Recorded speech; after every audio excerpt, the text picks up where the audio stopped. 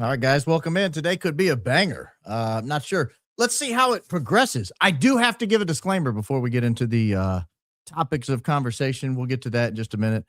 And I want to cover just briefly my thoughts on sort of some of the broader issues going on globally before we jump into the main topics. Yeah, maybe at the end I'll cover it. If you're a part of the members program, a couple of weeks ago I gave a members kind of rundown of my thoughts on the international affairs popping off in the Middle East and why it is I thought that is really detrimental potentially to the global order that we've experienced for probably most of all of our lifetimes, at least the main part of the last 35 years or so, which is the United States is a single sole global hegemony, that we have hegemonic power globally. We have the default currency of the world, and it's provided us a standard of living that has outpaced the rest of the globe. Those of you watching in from other countries probably look in and understand that. So at some point, I do want to address sort of my fears about the next, say, 72 hours or so, because I think we're in a 72-hour make or break window globally. Everything we've been talking about the last 3-4 weeks is coming to a head, and we either will or will not go down an incredibly dangerous path in the next 3 or 4 days. I'll be on again tomorrow night, and then Tuesday I think is kind of the make or break day. Tuesday into Wednesday is sort of the make or break day. So if we don't get to it today, we can get to it tomorrow. Plenty of opportunity there. I see people asking for a link to the Discord. Let me just show you. There's a banner rolling on the bottom that I think I've put everything people ask for in, including the Discord link. And so I'll let that roll for a minute and then I'll pull it off. But let me give my disclaimer before I jump into this real quick. I had a really good conversation with a friend of mine today, a friend of mine of more than 15 years, maybe as many as 16 or 17 years. And we had a good conversation. It was all by text. It wasn't by phone, but it was a really good conversation about the nature of the coverage of the Charlie Kirk investigation and what has sort of morphed into the Erika Kirk investigation. And those are two separate but related investigations. And I think you can't have one right now without the other, because the more we look into Erika Kirk, the more we realize, hey, we've got a real problem on our hands. There's something going on in her past that we have to understand in order to evaluate her present. And if we can't evaluate her present, and by present, I mean the last, let's say 2 years or so of Erika Kirk, 3 years since she and Charlie were married, maybe 5 years, whatever it's been. But if we don't understand the past, we can't understand the present. If we don't understand the present, we certainly can't articulate what we think is going to happen in the future. But he raised some really interesting points, and I don't want to go into depth on it because he didn't tell me they were for public consumption, so I don't want to sit here and read his text or whatever, but they were very deep. They were very philosophical. They were very well thought out. These aren't things he just fired off in anger. But he concluded here in just the last 30 minutes or so, sort of with what I think is a fair disclaimer, and I'd like to give it because he won me over on this. The things I cover on this program, I can't speak for other podcasters. I hope you realize I have tried to take a very neutral position relative to stating things with certainty. If I have a document that says someone was on First Avenue on June 19th of 2016, then I'll tell you, I think that's pretty factual. I think there's pretty solid evidence of that. But if I'm speculating on something, if I'm guessing, if I'm linking two things together by inference, I try to articulate that pretty clearly. And to the extent I have not, I do apologize. I've not tried to say, for example, I've not jumped on the bandwagon a lot of people have where they say, I know how he died. Watch this guy. He does it. He's the one that killed him. I have never done that. Now, I've said, look at this. There's some interesting things going on here, and this needs to be explored more, and these injuries are not consistent with a gunshot wound to the neck. So I have tried to identify areas of concern, and I've tried to approach it a little bit like I would in a courtroom, which is I'm not trying to raise reasonable doubt here in the public sphere. That's not my job. My job is to raise issues that I think pass a baseline threshold of, hey, this looks weird enough to me. We should all get together and investigate this. And in fact, tonight's show is a product of that. It's a product of that because I raised some issues in a slide deck we presented last week about Erika. I think it was Thursday, but about Erika Kirk and some reviews she had left in Europe and in South America and in New York and in Washington, D.C. When the public looked at those, I got a lot of information back. Have you considered X? Have you thought about Y? Have you seen Z? And all of a sudden, I thought, we need to do a follow-up show. This needs to be investigated. Daisy and I spent some time investigating it. We spent a lot of time investigating it, probably 20 plus man hours investigating since Thursday's show. And what you'll see tonight is the product of that investigation. This show would not have been made possible if we didn't do that speculation up front. And so that's how I want to approach it. And I hope you guys appreciate that and understand that this is a genuine desire to get to the bottom. This is a genuine desire to get to the bottom of the big three questions. Who killed Charlie Kirk? How did they do it? And why? And to the extent the parallel investigation into Erika Kirk's ability to lead Turning Point USA and thus a large part of the Republican Party and the Republican political apparatus into the future, to the extent those two cross paths at different locations, I'm glad we're having the discussion. I would invite TPUSA and Erika Kirk, rather than hitting out and getting angry and lashing out, just answer the questions. Like these, we're going to raise some interesting questions tonight. I would love to hear their answers. We're going to ask questions about a place we believe she may have worked and not told anybody about. We found a work email associated with a particular company. We looked into that company and found very concerning things in that company. I've not heard anyone link her to working there. And I think she might have. So I would love to know the answer to that, rather than them lash out and say he's lying, he shouldn't be covering this, it's not relevant, leave her alone, she's a grieving widow. Why not just say, yes, I did or didn't work there, and if I did work there, here's what I did, and here's why it's no big deal. We're going to raise issues about where she was in Europe tonight. Who else may have been on the ground at the exact same time? Did you guys frequent the same places? Because your reviews seem to suggest you did. Were you there at the same time? Go on the record. Go on the record. I was not there at the same time. Or I was, perhaps could have been there at the same time. I don't know, because I didn't see him. We weren't there together. We didn't cross paths. And if we did, I don't recall, because I didn't know who he was, or whatever the answer is.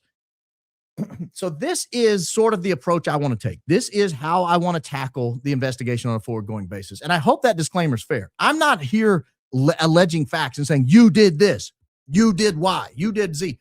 I'm not saying that. What I'm saying is, here's a whole lot of weird facts. Let's dig into them and see what's there. So I hope you'll indulge me as we go forward. For example, in my opening statement, I raise a lot of criminal cases. I conclude by saying, I don't know what this means about Erika Kirk.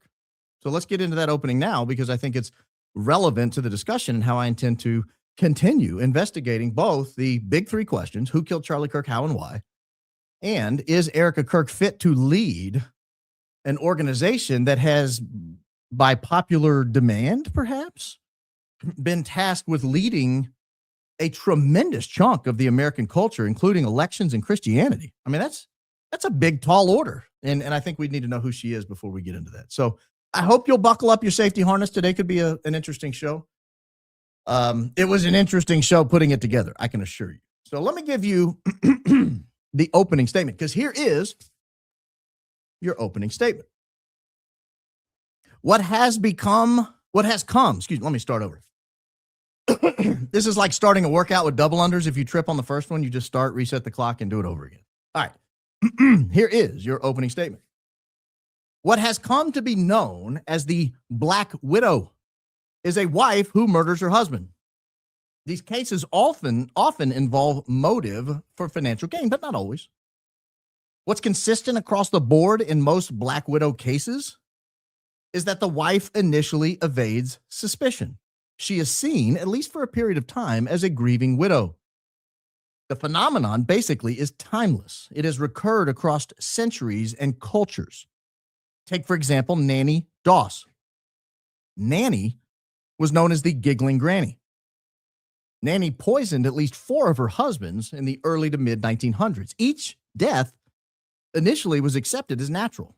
The husbands complained of things like stomach ailments, heart issues, or vague illnesses before passing. Her cheerful demeanor helped deflect scrutiny. Only after her 5th husband's death in 1954, following a rapid decline in strange hospitalization, did authorities order an autopsy. and the autopsy showed lethal levels of arsenic. Her prior husbands were exhumed and all confirmed to have been poisoned by the same toxin.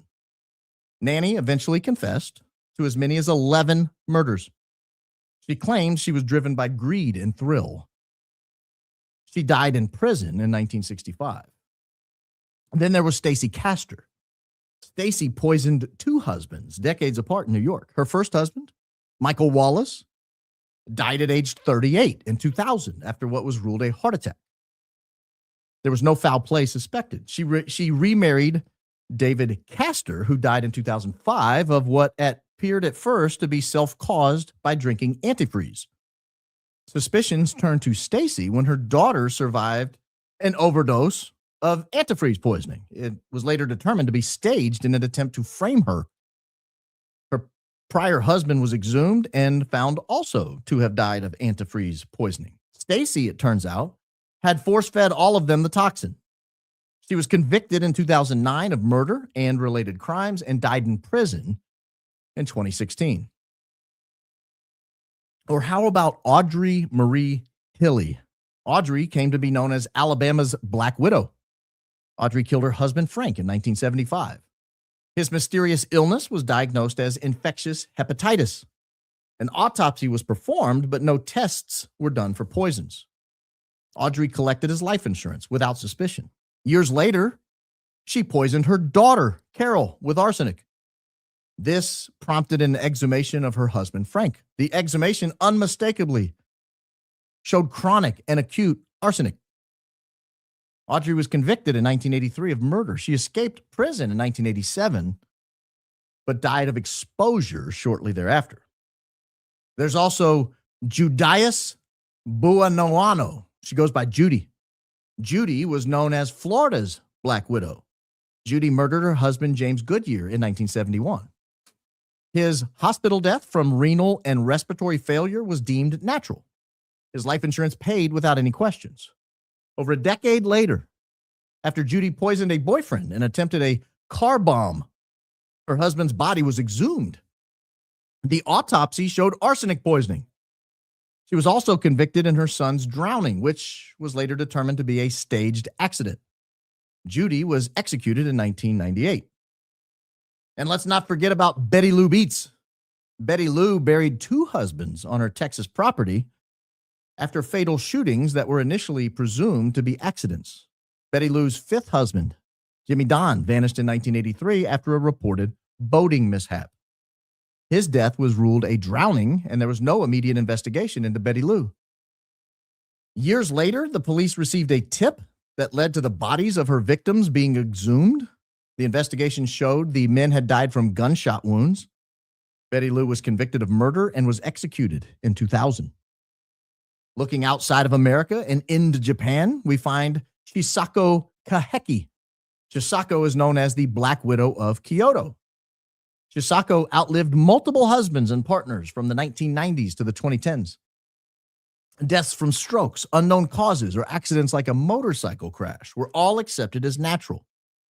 Chisako amassed millions in life insurance payouts. When her husband died in 2013 from cyanide poisoning, authorities launched investigations into the deaths of her prior husbands and partners. The investigations linked Chisako to their deaths. Chisako was convicted of the murders and the attempts. And just this week, we learned the fate of Corey Richens. Corey watched her husband Eric die in 2022 of a fentanyl overdose. The death initially was treated as non-homicide. Corey gained significant sympathy as a grieving widow. She published a children's grief book and did television interviews promoting the book. Her husband's family became suspicious as they learned of a secret multi-million-dollar life insurance policy and evidence of an affair. When the case was properly investigated, the investigation revealed Corey had spiked his drink with a deadly dose of fentanyl. Corey was convicted last week of aggravated murder and fraud. She faces 25 years to life. We have no word yet from those people who shamed people for attacking a grieving widow when they raised suspicions about Corey's behavior before and after her husband's death. These cases illustrate a chilling pattern. They all follow the same chilling pattern. Initially, the deaths are ruled to have happened because of natural or accidental causes or blamed on someone else. The widow is treated as a grieving widow and evades suspicion. Over time, the widow comes under scrutiny as more details of her past surface or as she begins acting in bizarre manners after death. Eventually, the persistence of those questioning the death leads to a new and better investigation. Finally, the investigation reveals the widow was the cause or at least took part in planning the death. Time will tell whether the names of other women will one day be added to this list. These are but a few of the ones I found with a quick Google search. I'm sure there are other women alive today who belong on this list, but haven't been discovered because they've not been properly investigated for the deaths of their husbands. I can't name them. Nobody can. I certainly am not speculating about anyone in particular. And that is your opening statement. I'm not speculating about anyone in particular. I'm just not. All right. So now I got to give the big disclaimer before we get into the show. I'm going to show you a lot of documents tonight. We've done our best to edit out any personally identifiable information. It's my belief that these documents conform perfectly to the Google Terms of Service. Anyone that has an issue with what we show today, the proper response is not to complain or report or anything like that, blame motives or anything like that. The proper response is just to provide an answer. That's the answer. That's the proper response. I'm not making a conclusion about who was where and when. What I'm doing is showing you what the documents suggest, who was where and when, and what their habits were when they were there. So with that, I want to show you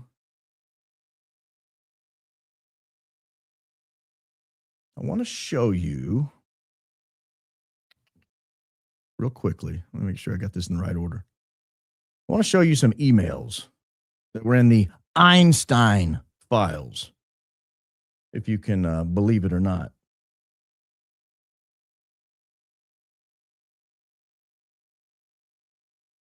Where are the reviews? Oh, there they are. Okay, we're in order here.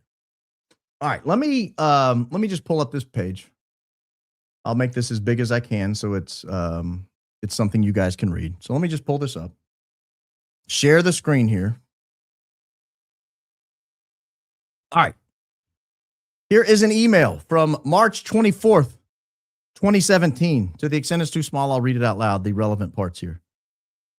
This is an email about Jeffrey plans to go to Paris early Tuesday, March 28th, for at least 4 days.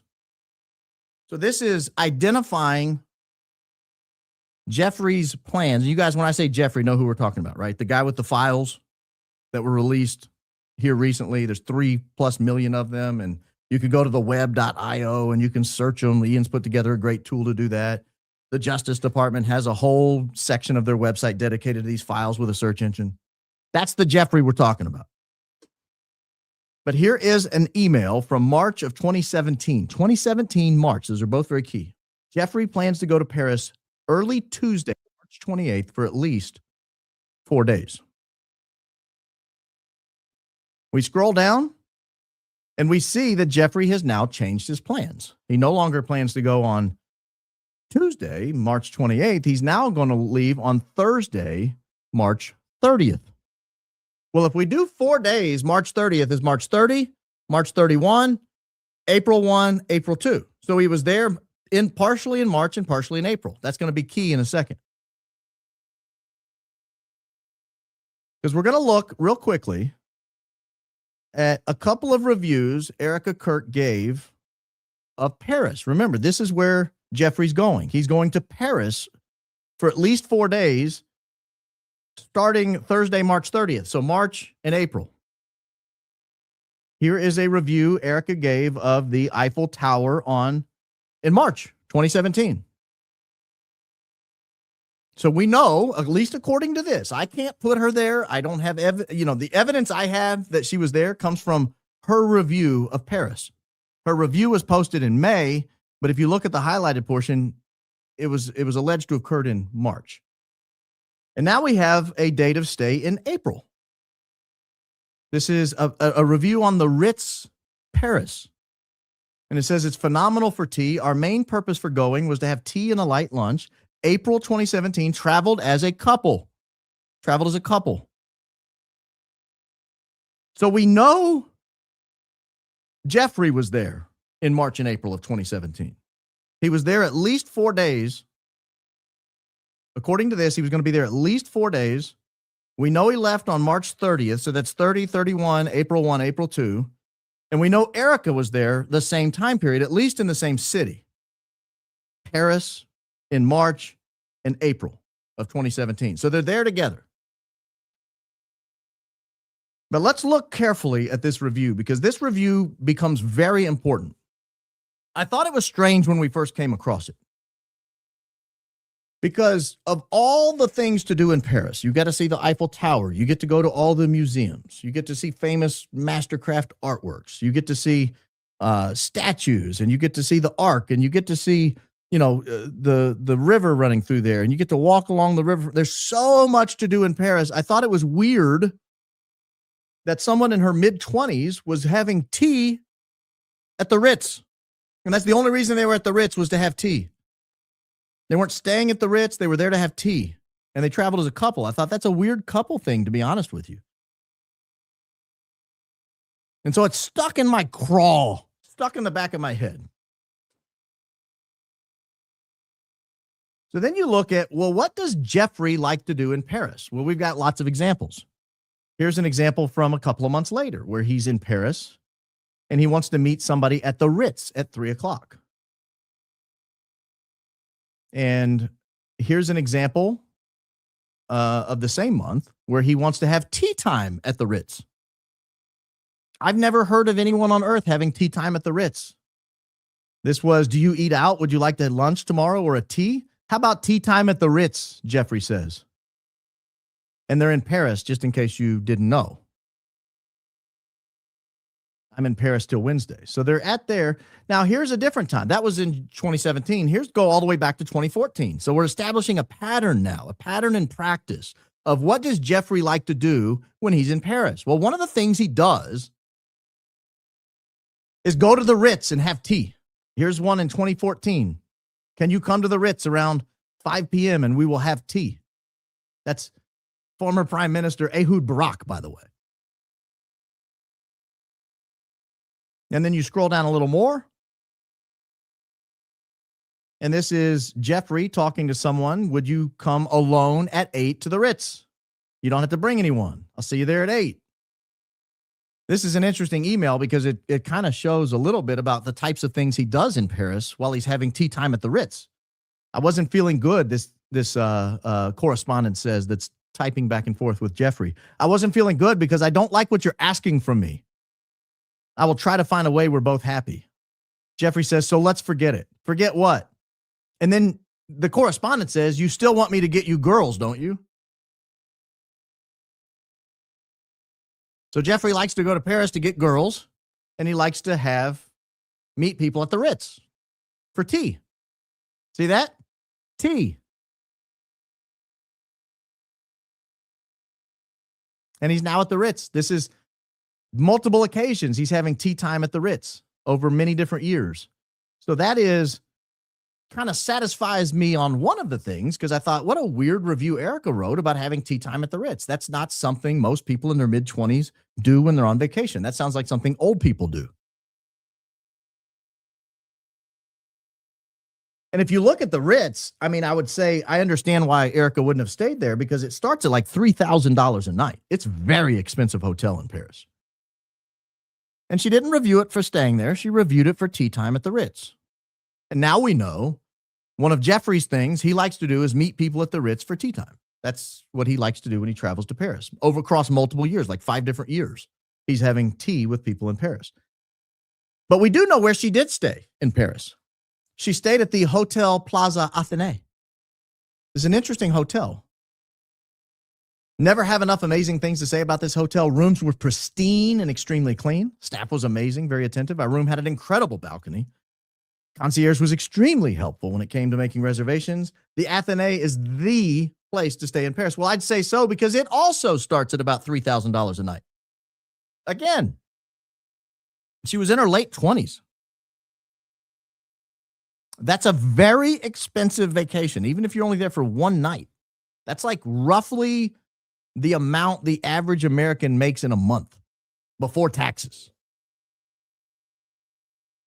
Staying at the Hotel Plaza Athenae. And it appears she was there for multiple nights because she was doing reviews in March and doing reviews in April. So here she was there for multiple nights. It's a beautiful hotel, by the way. Look at this. Very nicely done in the Hotel Athenae. Well, where does Jeffrey like to stay when he goes to Paris? Anybody want to take a guess? Anybody want to know where Jeffrey stays when he goes to Paris? I'll give you a hint. It's the Hotel Athenae. That's exactly right. He also likes to meet people there anywhere you want. Plaza Athenae at 215.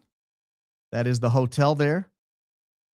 We scroll down a little bit. Depends on meeting at 14th at Plaza Athenae with so-and-so. Redacted. We scroll down a little bit more and we find, can you both meet me at the Plaza Athenae at 5? So this is over about a 4-year window when he is traveling to Paris. He likes to stay at the Hotel Athenae. A little birdie this is Jeffrey writing to someone else. A little birdie just told me you were at the Plaza Athenae bar. You still out? Meaning I am at the Plaza Athenae bar. It can be there in mere moments.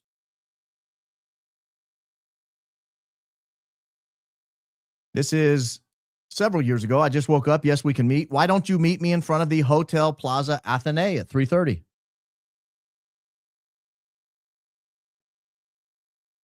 This is someone who's very angry or uses a lot of exclamation points anyway. Someone asking, Jeffrey, where are you? I was going to walk to the Plaza Athenae. Are you nearby the apartment or would you like to meet there? So that is a known meeting spot. This is from someone named William. Dear so-and-so, can you see if Jeffrey is available for more furniture visiting on Wednesday afternoon or Thursday anytime? I just ran into him at the Plaza Athenae bar. Again, confirmation, this is where he hangs out. He hangs out at the Ritz for tea time many times over several years. He hangs out at the Plaza Athenae many times over several years. This is a fixture for him. Also happens to be only like the 2 places she reviewed that are in hotels.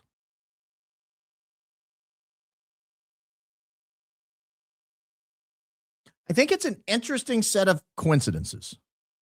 I would not look at this and say, this is definitive proof that they traveled to Paris together or that they traveled to Paris to meet. I would never claim that. I think that would be reckless. But I would say,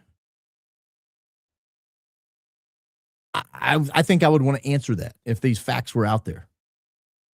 If I only reviewed a few places in Paris and only 2 of them being in hotels, and both of them are places Jeffrey likes to frequent when he's in town, either stay at or particularly tea time at the Ritz, I'm telling you guys, I drink tea every day. It wouldn't dawn on me if I was in Paris to go to the Ritz to have tea. It wouldn't dawn on me. Just not something I would ever consider. But again, I think it would be reckless to say this is definitive, bulletproof evidence that they were together or that they knew each other or that they traveled together or that they met each other there or that they spent time together there or that they ran in the same circles there. I think that would be reckless. But what I think it is it raises the possibility that those things are true. It does raise the possibility those things are true. Without saying it's true, it raises the possibility to the point where if she wanted to distance herself from it, I think it merits a response. And I'll give you an example of why it merits a response. When it was alleged recently that Erika had gone on a shopping spree the day after Charlie passed, I didn't report that because I thought, I don't know who's buying the suits. You know, that, and it didn't raise to the level I thought was worth speculating on. It didn't rise to that level to me. And I thought it was relatively taken care of by a quick response from someone on the TPUSA team. In this case, it was Mikey McCoy's wife, Eliza. Eliza McCoy came out and said, I can explain this. I was the one buying the suits, the athleisure attire. It was a crop top sweatshirt. It was, or some kind of crop top shirt. I think a black blazer, an athletic blazer, maybe a tracksuit or something like that. It was 4 or 5 outfits, cost a couple, $1,000, maybe a little bit more. I mean, not unusual for people with a lot of money. It's not an unusual purchase, but it would have been unusual if it had been Erika there buying it at 10 a.m. the next morning. That would have been very unusual. But I felt like TPUSA did a good job of coming out quickly and saying, whoa, whoa, whoa, whoa, whoa. I know that looks bad, so let's address it. Well, let me tell you, this looks bad. This looks bad. So I would expect in the next couple of days, TPUSA to come out and say, I can explain it. I've never met the man. In fact, I would encourage her to do that. I would encourage Erika to say she'd never met him. She'd never interacted with him, never ran in the same circles. To the extent their friend groups overlapped, it was unknown to her. I think that would be a very smart thing for her to say. I'm not calling on her to say it. I'm not demanding she say it. I'm not asking for anything from them. But I think it would be smart. Because this is the type of fact pattern that gets out of control. This is the type of fact pattern that grows. This is the type of fact pattern that keeps people digging into the past, keeps people questioning. And to the extent it goes unaddressed, this is the type of fact pattern that creates real problems for her ability to effectively lead TPUSA. I think if those things were true, she would be confident that there's no additional evidence hanging out there. There's no pictures. There's no other emails. There's no leaks. There's no people hiding in the background willing to give a statement that she did in fact know him, or she was there at the same time, or they did interact, or they were together. She should be confident that none of those things are true if they're true, if she'd never met the man. So I think that's the thing. That is that's the natural and proper response. I mean, if buying a tracksuit warrants a response, I think having it look like you travel to Paris at the same time as Jeffrey, and you tend to go to the same places he goes when he's there, and he was there at the same time, or it looks like he was there at the same time. And he likes to go to the Athénée, and you were at the Athénée. And he likes to go to the Ritz for tea time, and you were at the Ritz for tea time. It would be very easy to say, despite all that, I've never met the man. And I encourage, I don't encourage her. I don't want to call on anything from her. But I would think that's what she would do. That's me. I would think that's what she would do. But I'm old school. Like, that's how I would handle it, because I'm an honest person. I would just tell you the truth. And if I was there at the same time, I would just keep my mouth shut. I wouldn't say anything. I wouldn't. Like, because I don't know who has a picture. I don't know who was there with me, who might be on the record, who have sent an email. I don't know who's talking to people. I don't know who's saying, hey, you should look at this in the Epstein files. Oh, I shouldn't have said the name. The Einstein files. I wouldn't say a word. I would answer this with silence if it wasn't me. But, I'm old school. Now, I want to switch gears because I got to get into a story that's just so weird, I don't know what to do with it. It's so weird, I don't know what to do with it. We have heard so much about Uncle Alan. We've heard so much about her real estate career, but we've never really had an explanation of what it is she did.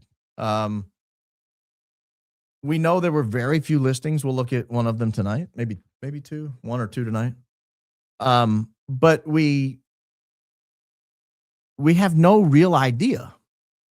And I was talking with somebody I've met over the course of this, and he provided me, I assume he doesn't care if I say his name, but I don't want to say his name in case he does care. He's somebody you guys see on Twitter and has covered this case extensively. But he provided me a document that had some email addresses attributed to Erika. And I looked at the email addresses, and all of them made sense but one. There was an email address for the Corcoran Group. That made sense to me. She worked there. There was like a Gmail account. That makes sense to me. Pretty much everybody has a Gmail account. There were email addresses for, different places she'd worked in the past, but they all had one thing in common, in that they were unmistakably hers because she has such a unique last name. It sounds a little bit like a sneeze. Frantzve. And that's not my joke. That's Charlie's. And a text message with Candace. But it's It's unmistakable when you see her name and an email address. So we have redacted these, lest anyone at YouTube get upset. We've redacted these. We've made it so that nobody can complain. But I want to show you these email addresses for Ms. Frantzve, because it's going to lead us to our next story. Because when I saw this, I wasn't sure what to make of it. Here are a list of emails from this document. There's Erika.Frantzve at whatever. And we've redacted it because it doesn't matter where it was. Just know it's either a work-related account or Gmail or something like that. Erika at whatever. Frantzve at whatever. And then one is, we don't believe it's associated with her at all. It was a completely different name. I have no idea how it ends up in a report like that. Actually, I don't know that there was a Gmail. I think it was a Yahoo maybe, or a Hotmail or something. But anyway, all of them are unmistakably her, because look at the name. It's like hard to reconcile that that's not her. And then I saw this one at the bottom that says Winhaven Group. And it's her. I'm telling you guys, if I unredacted that, you would know definitively it's her. I don't want to unredact it because it's possible it's still a live email account, and I don't want to cause her spam or trouble or anything like that. But I'm telling you, I'm vouching for the fact that that is her name in here in some capacity. Maybe a name and a number, but it's her. And I thought, Winhaven Group? The hell is Winhaven Group? I'd never even heard of Winhaven Group. So I had to go looking for Winhaven Group. I had to go looking for Winhaven Group. I'll come back to that one. And I found where our friend Candace had actually talked about the Winhaven Group before. Here is what our friend had to say, and it will kind of set up a springboard for the rest of the investigation. So listen to what she says here. Rothstein family. You will remember Erika at this time was living with Nicole Rothstein, and it is a fact that Nicole Rothstein did work in real estate, not at the Corcoran Group, but she has a long career in real estate. She went to school for real estate, and she currently runs her own real estate company. And her father, Alan Rothstein, Erika is extremely close with him. She calls him uncle. He was the chairman, might still be the chairman of Winhaven Real Estate. And yeah, like I said, this is what she wrote about him on Instagram in 2017.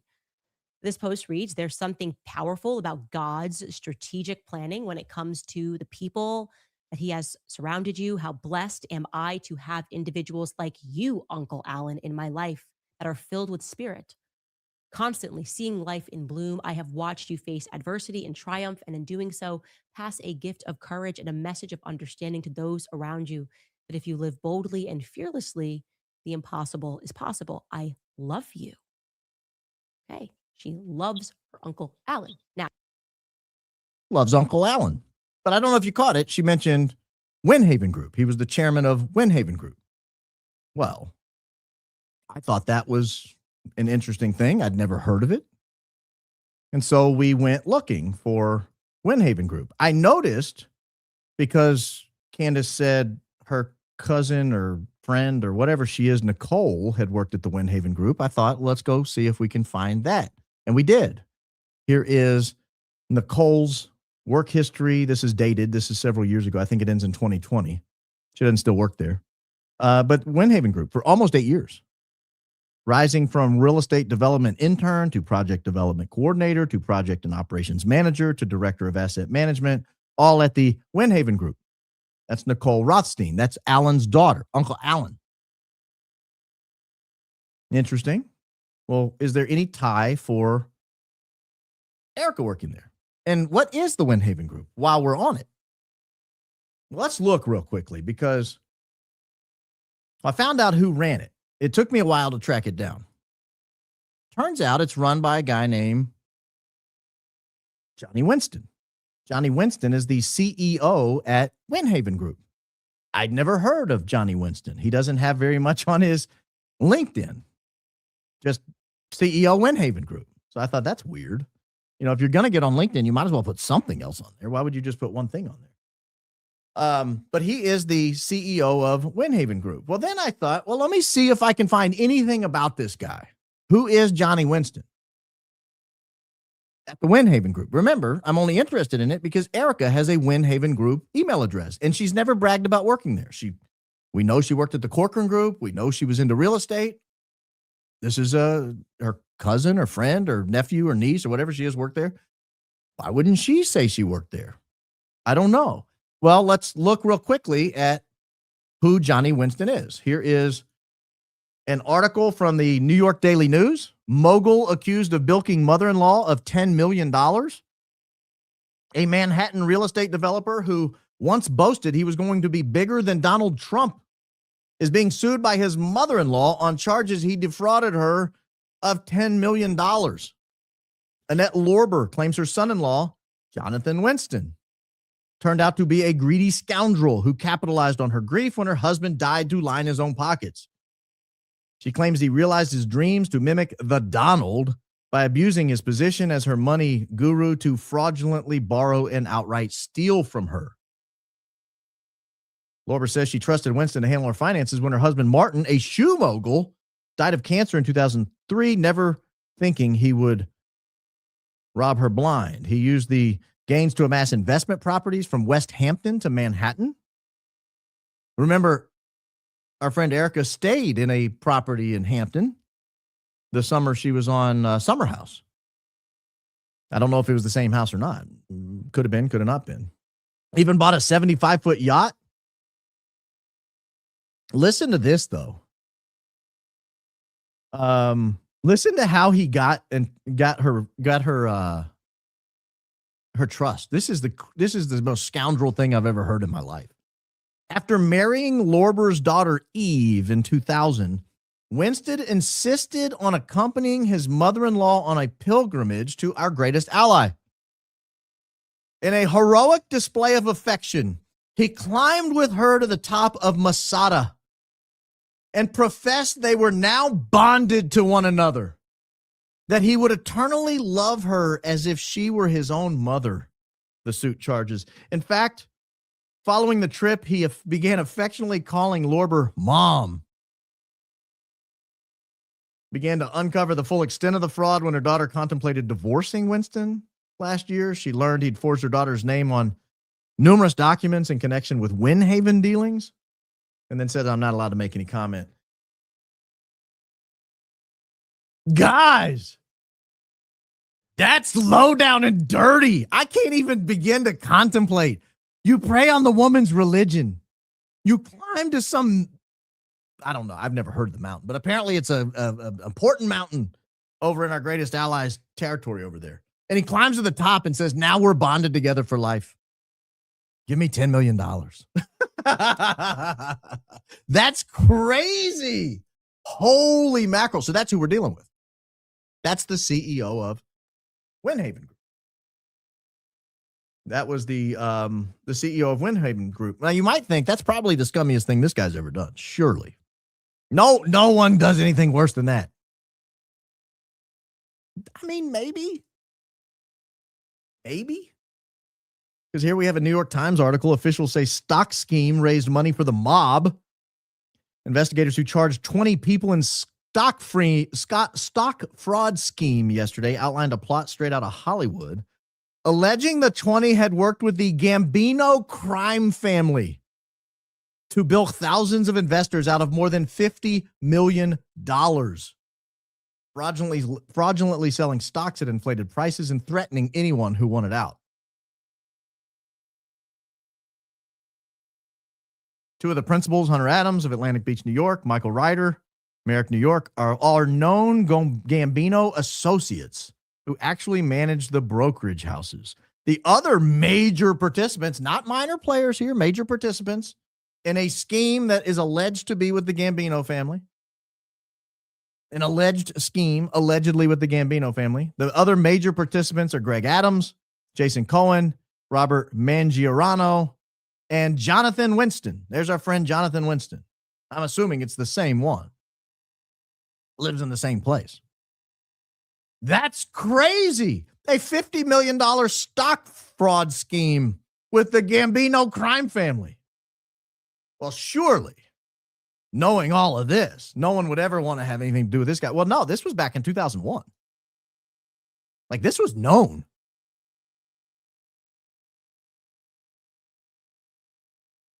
All right. Well, let's see what else we have here. Who is working at Winhaven? Well, funny you should ask, Alan. It's Uncle Alan. He's the chairman of Winhaven RE. Uncle Alan Rothstein. That's our friend Alan Rothstein right there. The chairman of Winhaven RE. Remember, this is the same Winhaven where Erika has a Winhaven Group email address. I'm starting to put together perhaps a plausible explanation of why she never mentions this part of her past. That's adorable, lovable Uncle Alan. And we go back, just to remind you, this was on Candace's show here, but I'll show you the screenshot again, lest you missed it. This is Erika with lovable Uncle Alan, the chairman of the Winhaven Group, led by Johnny Winston of allegedly Gambino crime family fame, allegedly of bilking his mother-in-law out of $10 million fame. I can't say that for a fact those things happened. I've not investigated those fully, but the allegations were certainly made the New York papers. I'll say that. Certainly made the New York papers. That's Uncle Alan, the one she loves so much. That's where he works. Allegedly. Now, let's go back real quickly because there's an address. We've blacked out as much as we can here, and she doesn't live there anymore, by the way. So it's not like I'm giving away information. You can't harass her here because she doesn't live there. Someone else lives there. She hadn't lived there in almost a decade. But we blacked out some of the information anyway, just in case somebody thought it was a little too close to home. But this is some information we got on this document I received. And this is an apartment at 640 Broadway. Remember where we asked, like, how was she living in New York? It's so expensive during this time. She didn't have a real estate license. She didn't have a charity that was producing any real income. The Proclaimed Streetwear was not yet organized. It wasn't yet operational. Like, what was she doing for money? New York is not a cheap place to live. I'll submit to you that this apartment is on the market, when it goes on the market, for over $10,000 a month. It's a very expensive place to live. And so you start digging to see who owns this apartment that she supposedly lived in. Well, here's what we find. You'll never guess who owned the apartment. According to Bob Nackall, chairman of the brokerage company Massey Nackall, who handled the sale with colleague James Nelson, the roughly 63,000 square foot Soho building, this is the building that's 640 Broadway we were just looking at, purchased by a first-time Manhattan buyer in partnership with an institutional investor. Mr. Nackall, prolific broker of the commercial and multifamily buildings in the city, said he could not disclose the identity of the joint venture because they were his clients and had asked him to remain anonymous. But that's that 640 Broadway. That's the building where we were able to find an address where Erika may have lived at the time. So we dig a little deeper. Because if someone owns the building, we need to know. Now, it's interesting to know this building is on the corner of Crosby Street and Broadway. It has two addresses, strangely. And if you go to the New York Public Records, you'll find it's an AKA address situation. It'll say 640 Broadway, AKA 172 Crosby Street. Or it'll say 172 Crosby Street, AKA 640 Broadway. So if you see a story, you have to look for both addresses in order to do a thorough research on who owns this property. But you got to answer the question, like, she's living in a very expensive piece of real estate, allegedly. I mean, at least the background report seems to suggest she was. She's living in a very expensive piece of property 10 years ago. There's really nothing on her resume that would suggest she's making any real money. So who owns the building? Like, was somebody letting her live there? Was she, honestly, you look and you're saying, is it related to Jeffrey? I mean, I don't know. We're able to find out. Here is an article after the fact that disclosed who the two buyers were of this building. The building at 640 Broadway, also known as 172 Crosby Street, has served as a Tony rental residence for a few years. Celebrities like Al Pacino and Will Smith have previously been spotted scoping out its $35,000 a month penthouse. Well, how is our 25, 28-year-old Erika living here? If Will Smith and Al Pacino are looking at places in that building, how is she living in that building? Acadia purchased 640 Broadway in a joint venture with Winhaven Group, paying $32.5 million. Uncle Alan's group, Winhaven Group, where Erika has an email address at Winhaven Group. Now it's starting to make sense. Now we get an idea of how it was she was able to live there. Again, assuming all the evidence is correct that we've uncovered. And I can't state with certainty. All I can say is all the documents seem to point that way. In fact, we do have even an Instagram post showing the inside of one of the apartments, just to get an idea of how beautiful and luxurious these apartments are. Here is one of the apartments inside of there. It's a beautiful place. It's got artwork on the wall, a big old television, some sort of fireplace. Nicely appointed, as they say in the real estate business, nicely appointed piece of real estate. Here is the same apartment. Oh, well, no, that's same link. I think we doubled up there.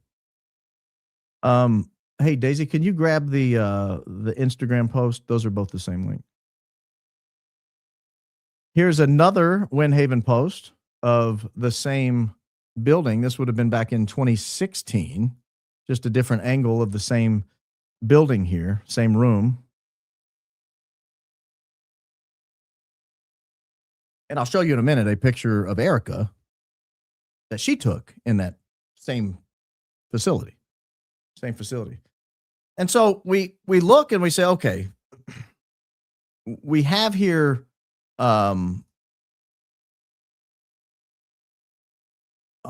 this is another location here, another image of it. This is a different a same apartment, but different look here. Do we have the one with her mom sitting in there?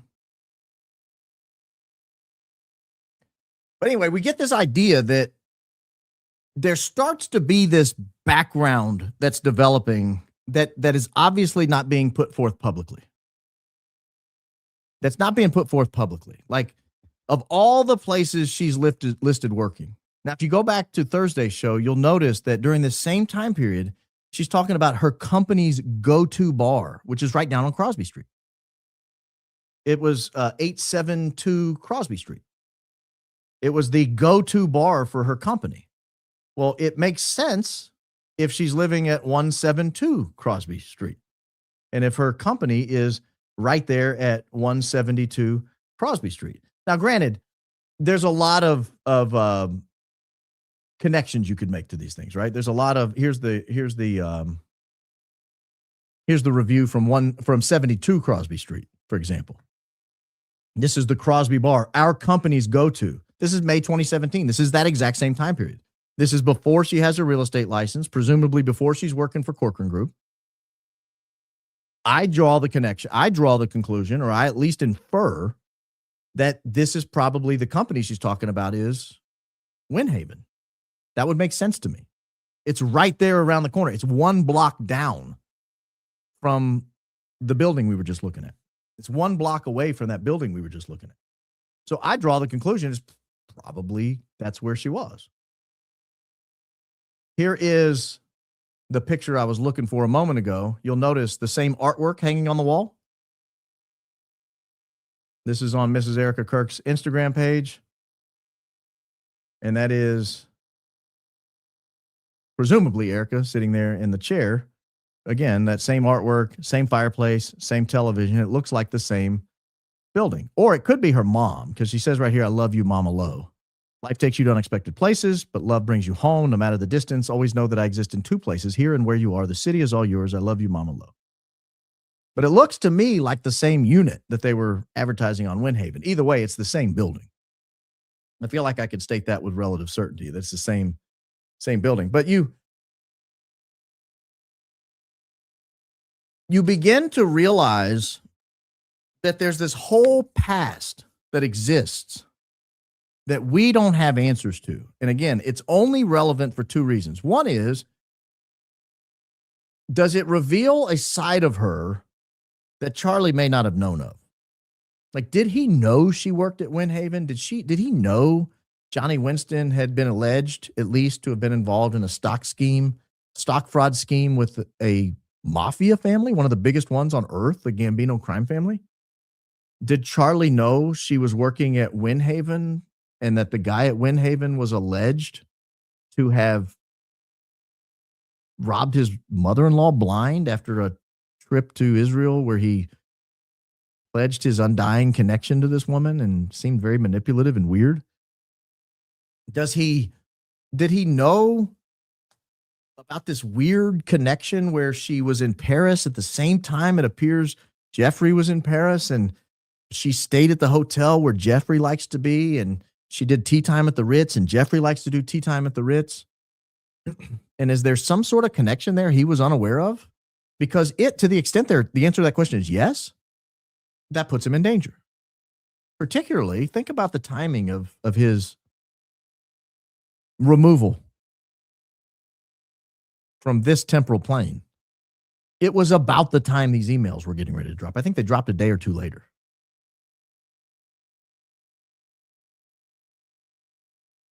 So is there some sort of a connection? I think it is responsible to make these connections, to raise them, to bring them to the public and say, what do you guys make of it? Do you have any additional information on this? Were you around at the time? Are you able to search Instagram and business records and property records and real estate records and discover things we haven't found? Could you illuminate whether the answer to that question is yes or no? Because that's partially a question that's unresolved. We know she got a real estate license. Did we know that one of her very few listings we can actually put her hands on was this actual piece of property we just looked at? The Crosby NoHo, 172 Crosby Street, number 6C. I think that's the apartment her mother was just seen sitting in. You'll notice here it's listed by Erika Frantzve, Corcoran Group. Like that's one of the very few real estate listings we can find evidence she was on. It's a random rental piece of property. But it's not random when you realize it's Johnny Winston and Uncle Alan's place. It's to the extent Alan still works there. I don't even know if he does, but to the extent he still works there or worked there in 2020, it's this place. Like that's weird to me. Or one of the other very few things we could find where she might have actually had a listing is yet another rental. This Greenwich Village penthouse rental offered for short-term and furnished. 14-foot vaulted ceilings, 19 oversized windows, providing loads of natural light, high-end interior details like hardwood oak floors, 640 Broadway, the same building. Offered by Erika Frantzve, Dana Power, and Max Nerig. This is the penthouse that Will Smith and Al Pacino were looking at, I think.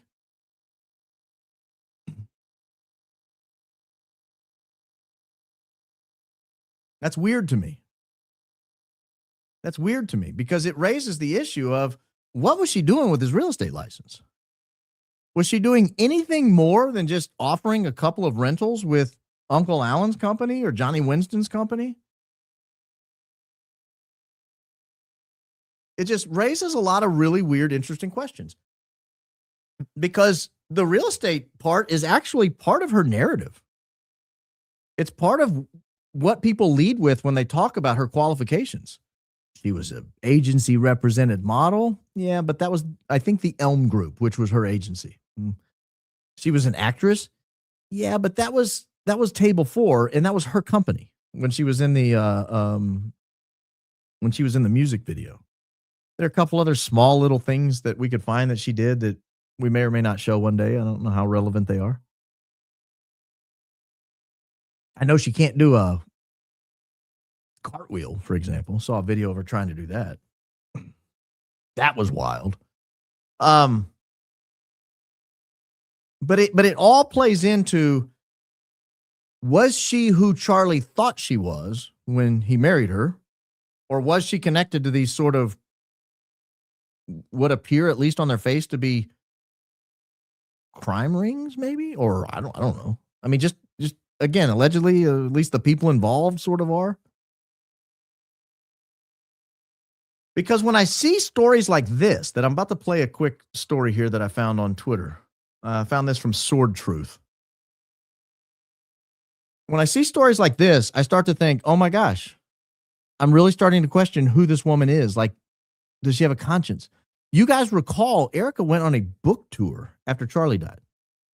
She was promoting the book, Stop in the Name of God, about experiencing and appreciating the Sabbath. A noble cause, right? A noble cause. Why would you not want to celebrate other people's religion? But it's weird in light of this video posted by Sword Truth on X. Because she says in this video, she never even read the book. The last few chapters, and it's not because of timing, it's just because my heart's not there yet. Because once, there's only so many firsts you get in your life. And there's going to be the first and last time that I read that book for the first time. And so I'm really just trying to put my time on that. But it's a beautiful book that talks about the importance of being able to just silence the noise for a little bit and focus on what's important and eternal and true, and spend time with your family. I'm giving you all the audio it gives me. You guys can't hear it. I'm giving you all it's giving me. Let me do this. I'll point you to, I'll play the rest of it in case some of you are hearing it. But I'll point you to Sword Truth, spelled just like you think it is. Sword Truth on X. This video is on his feed. It's a weird, I mean, it looks like she's getting ready to go work in an Italian restaurant with that black button down and black pants, but neither here nor there. I'm going to go back and let it play in a second, just in case you guys are getting the audio. There's about 40 more seconds of it. But in the audio, she says she didn't read the book, but I'll let it continue playing. It's just, again, his last parting words. He could have written a book on finance. Like, he could have done anything, but instead, he literally is trying to remind us that keep holy the Sabbath. But not only that, like, understand deeply why you're here and how important your life is, and how you really make such a big impact.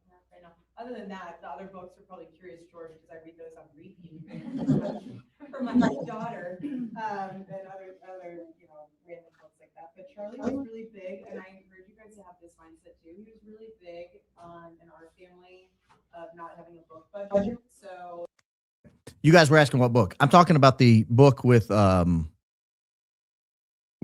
don't have subtitles on here. This is from X. They don't do subtitles. I'm talking about the book Stop in the Name of God by allegedly Charlie Kirk. That's the book we're talking about.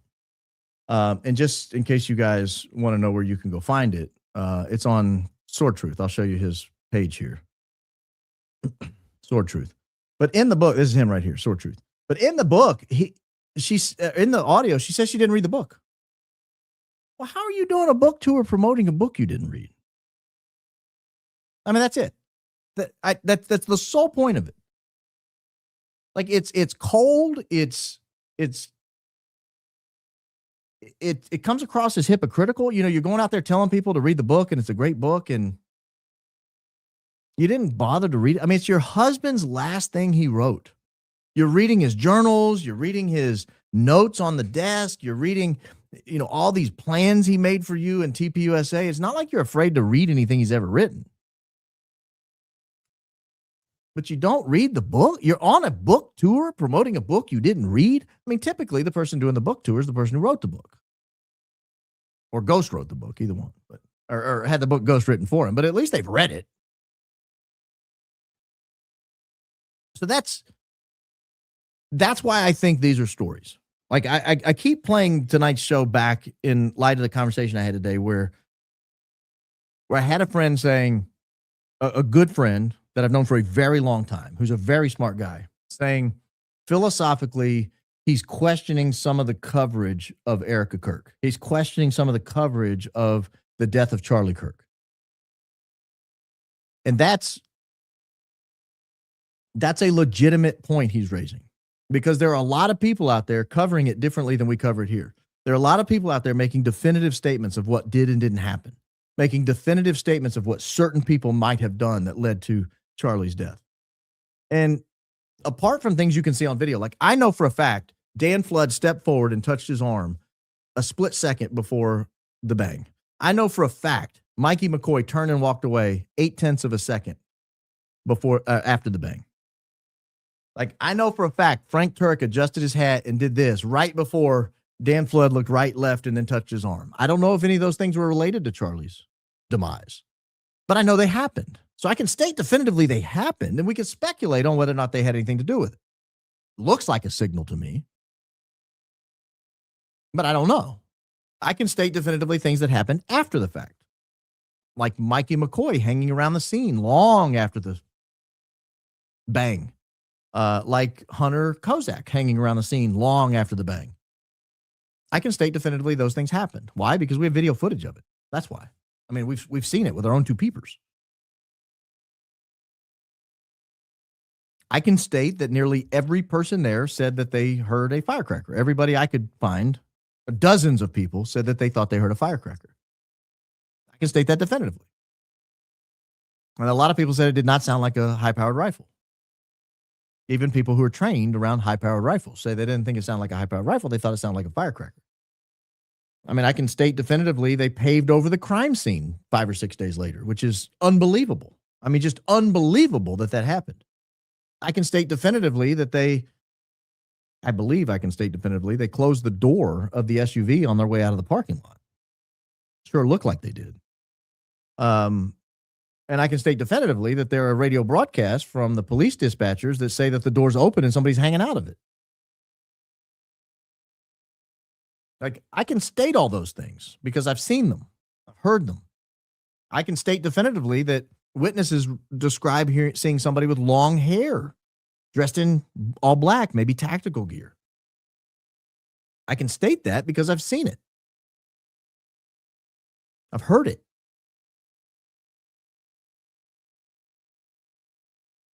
And I can state definitively that Erika has been caught lying numerous times. And when you're the widow of a guy who died under suspicious circumstances, that's a bad position to find yourself in. That's a bad position. Well, let me say this. I don't know that I can state definitively. I can state that the evidence has convinced me, in my opinion, that what she's saying is not true on multiple occasions. Even going back years. So to recap, was she in Paris with Jeffrey? I don't know. They appeared to be there at the same time. Was she at tea time with Ritz with Jeffrey? I don't know. But I know Jeffrey has a years-long habit of going to tea time at Ritz when he's in Paris. And I know she reviewed having tea time at Paris, which strikes me as a little unusual for someone in their 20s. I know that Jeffrey has a years-long habit of going by the Athénée or staying at the Athénée when he's in Paris. And I know that Erika reviewed the Athénée when she was in Paris. I know that Jeffrey intended to be there for 4 days, starting March 30th, which would be March 30, March 31, April 1, April 2. And I know Erika has reviews in March and April indicating she was there in Paris, wrapping around that same time period, into March, early April. Like, I can state all those things. I have evidence for that.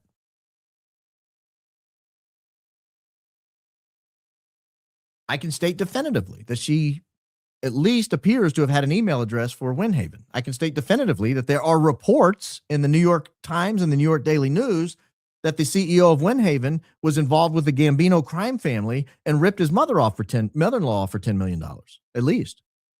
Now, I can't say definitively he was involved with the Gambino crime family and he did rip his mother-in-law off for $10 million, but I can say the reports exist, the allegations exist from law enforcement and from the mother-in-law. I can state that. I can't state definitively she lived at 640 Broadway in one of those units. But I can state definitively there is a report that says she lived there.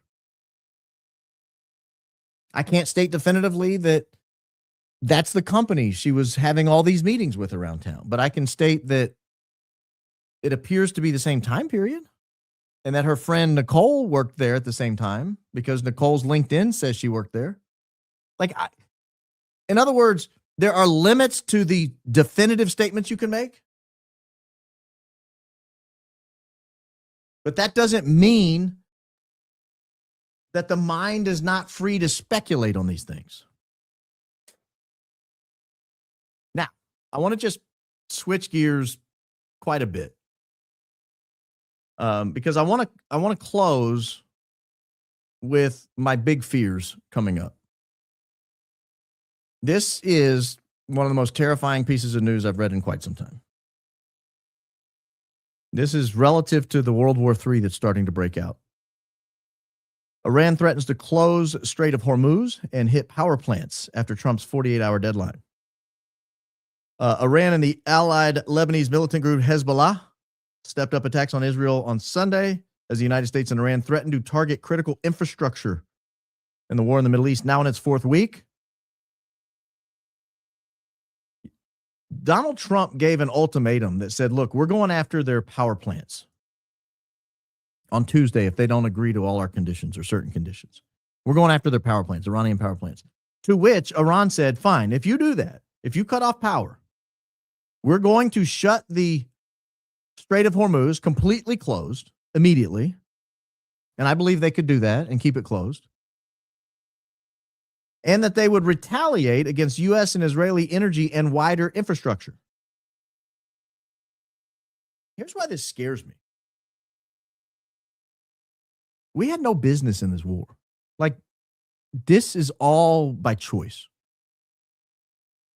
None of this had to happen. We were promised in June, by all these people that are in favor of this right now, we were promised this wouldn't happen. In fact, a lot of us in June, you guys, not a lot of you watched me in June, but those who did know that I was very concerned with the limited Operation Midnight Hammer, the 12-day war that struck at Iran's nuclear facilities. And we were promised they were completely obliterated, and that was the end of it. There was no need to go further. And we were made fun of. A lot of us were made fun of by people because when they announced they were doing it, I, like many others in my camp, said this is a horrific mistake. We should not be doing this. This could lead to World War III. You're playing with fire. You don't know what you're getting yourself into. We need to get out of this. We need to stop. We need to stop messing with this. Stop poking the bear. And all the mainstream Republican podcasters, talking heads, bloggers, whatever you want to call them, TV personalities, all said, oh, we told you it was only going to be 12 days. It wasn't going to be a big deal. You guys are panicking for nothing. There's no reason to be all bent out of shape. This is what I feared when the 12-day war started. Because when they say they're going to retaliate against U.S. and Israeli energy and wider infrastructure, do you understand how few sites they would have to hit to cause mass devastation and starvation and people dying of thirst? There are a few, they live in deserts. It's not like there's abundance of fresh water laying around all over the region. A lot of these places depend on desalination plants, meaning they take water out of the ocean. We don't have a water problem. We have a salt problem. Some comedian said that, and I don't remember who it was. But you take all this ocean water in, you desalinate it. It's a very expensive, high-energy process, but energy's cheap over there. You take the salt out, you keep the water, and you use the water for crops and water and washing and cooking. That's the water they get out of their tap. When they turn the tap, that water came from the ocean, but the salt had to be extracted out of it. Most every country over there relies on this technology. If Iran were to hit those plants, you run the risk of having mass starvation in a very short order. People literally dying of thirst. A lot of these places rely on energy money to finance their infrastructure projects, feeding people, jobs, and everything else. And if Iran were to strike those plants and destroy them, instantly those jobs evaporate. The global economy goes into chaos as the price of energy skyrockets. And again, if you don't have the energy coming out of those places, the people can't turn their lights on. They can't power their hospitals, their schools. They can't run traffic lights. They can't, all the things that are associated with energy, they don't have access to them. I see now why, as more footage starts to leak out of Israel, I see why they've really put the clamps down on any footage getting out of there, because the place is getting hit pretty hard. Meaning, innocent civilians are being wounded and killed. Innocent civilians in Israel, innocent civilians in these other countries, Iran included, are being injured and killed. All of this was avoidable. All of it.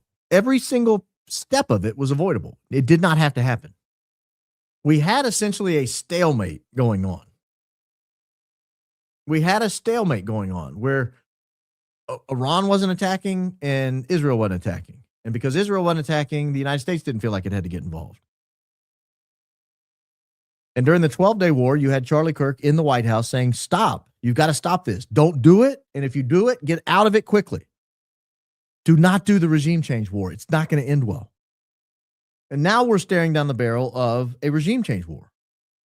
A total destruction of the Iranian way of life, a total destruction similar to what happened in Iraq, what happened in Syria, what happened in Libya, what happened in Afghanistan, where you just go through and destroy everything. What happened in Gaza, where you just go through and destroy everything. Everything gets destroyed.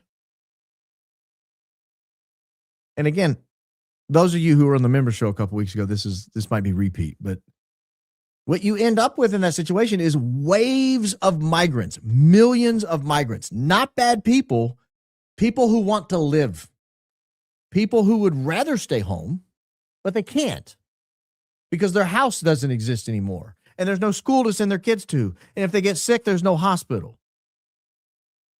And there's no food. And there's no water.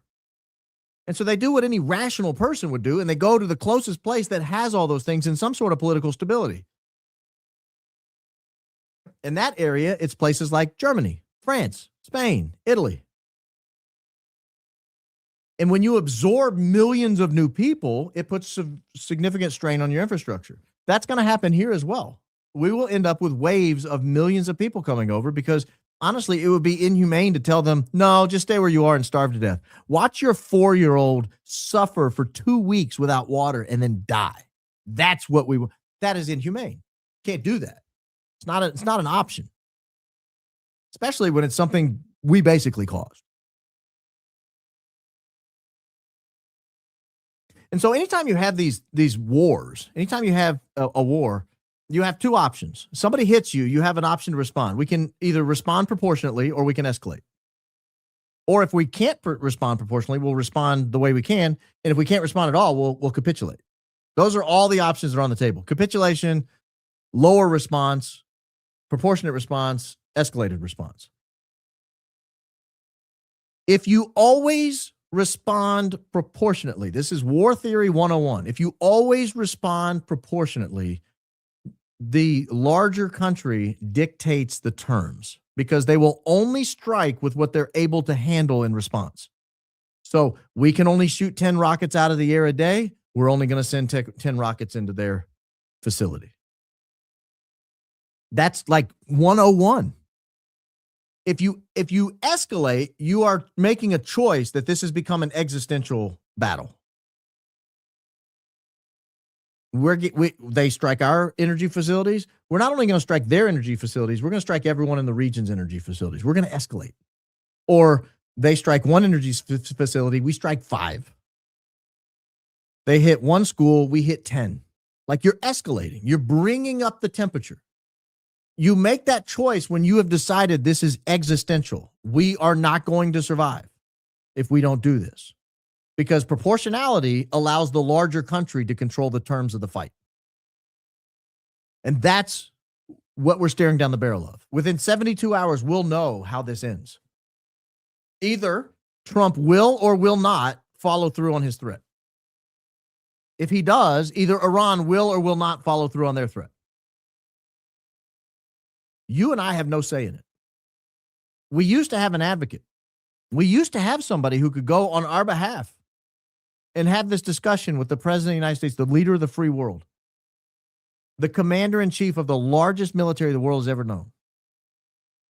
The strongest, anyway. Maybe not the largest by numbers, but certainly the largest by budget and the largest by technology. And that was Charlie. Charlie would walk into the Oval Office and he would plead with the commander-in-chief of the strongest military ever constructed on Earth. And he would say, please don't do this. We have lost that voice. That voice died. Literally died. That voice was silenced forever. And so now there's nobody in his ear. There's nobody on our side who's talking to him other than Tucker, and Tucker's getting cut out. Tucker's the last person who has access to Trump I'm aware of that's a voice of reason. They had sealed off Joe Kent, and now they've sealed off Tucker, and they or somebody else has taken care of Charlie's voice.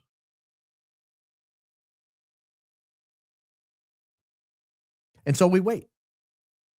It's all we can do. You and I sitting here, most of us in the United States, 75+% of us in the United States, the 25% of you around the world.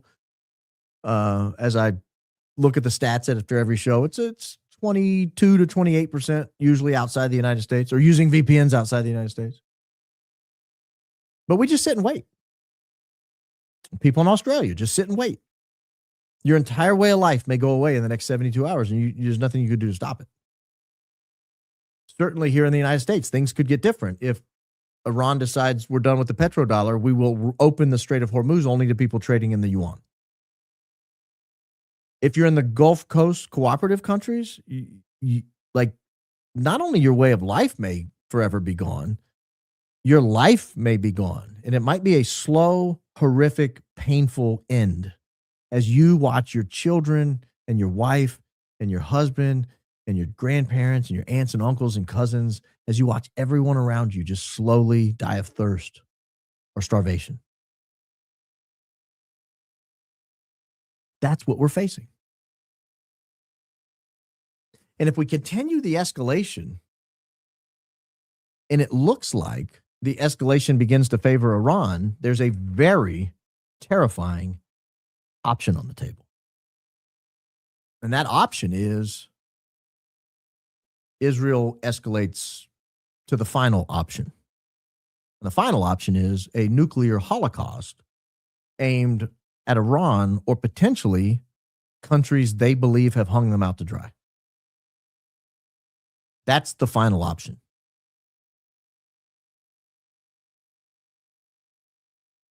Only one country in the history of the world has used a nuclear weapon in battle, and that's us, the United States. We've done it twice.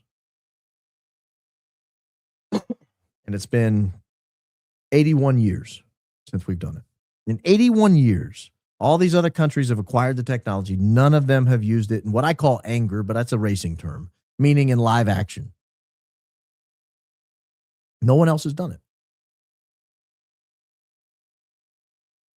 The question is, do you trust an 80-plus-year-old Netanyahu not to go that way, not to go that route? I do not. I don't. I wish I did. I wish I slept well at night because I didn't worry about things like that. I wish I didn't wake up at 4 o'clock in the morning with visions of 100 schoolgirls getting a bomb dropped on them while they're trying to learn math and reading. I wish I didn't wake up at night to the visions of people watching television in their apartment and a rocket slams into the side of it. I wish I didn't wake up at night to visions of bulldozers just knocking over homes where generations of people have lived and rolling over the soil where people have lived for hundreds, maybe thousands of years. I wish I didn't wake up with that. I do almost every night. I hate war. I despise it. And this is why. This is why. Because once it's live, it's like Mike Tyson said, everybody's got a plan until they get hit in the mouth. Once it's live, you no longer control the outcome. You're counting on the person you're fighting to agree with you. We've had enough. And so just because the United States has their belly full of it and says, you know what, we're done with this, that does not mean the Strait of Hormuz opens. That does not mean Israel's had enough of it. Just because Israel says, I've had enough, doesn't mean Iran says we have to. No, they might not decide they've had enough. They might decide, oh, you feel defeated? We'll finish you off. I'm not sure that's a good outcome either. A lot of people rooting for the destruction of one country or the other. I'm rooting for peace. I'm rooting for peace across the board. Just be done with it, end it. But once there's live action, once people are throwing weapons in anger, again, not anger meaning you're angry, like, take that. I'm saying like live action, people's lives are in jeopardy. People are getting hurt. Things are getting broken. Buildings are falling down. Once you go that route, once you start down that path, you can't just call it off. That's not the way it works. That's not the way it works. And all we can do is wait. The 48-hour window, I think, expires sometime Tuesday. I doubt very seriously Iran is going to capitulate to the demands because the demands are basically total emasculation. And that doesn't strike me as something the Iranian people want to pursue.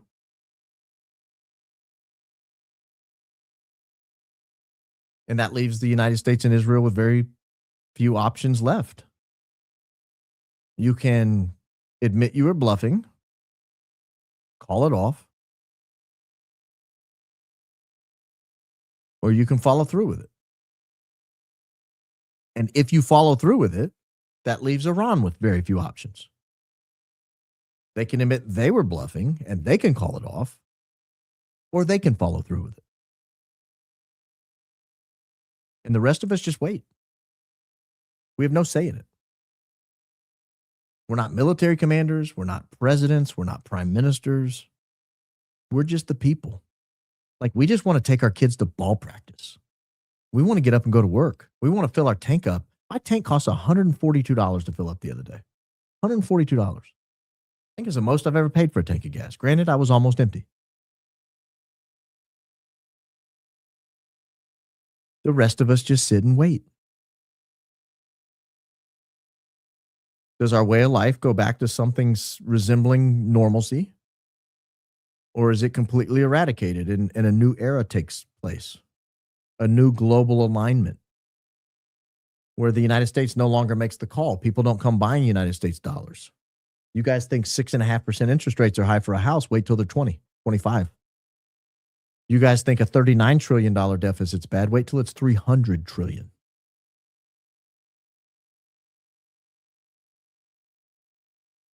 Because those things are on the table in the next 42 to 78 hours, 48 to 72 hours. That's what's on the table.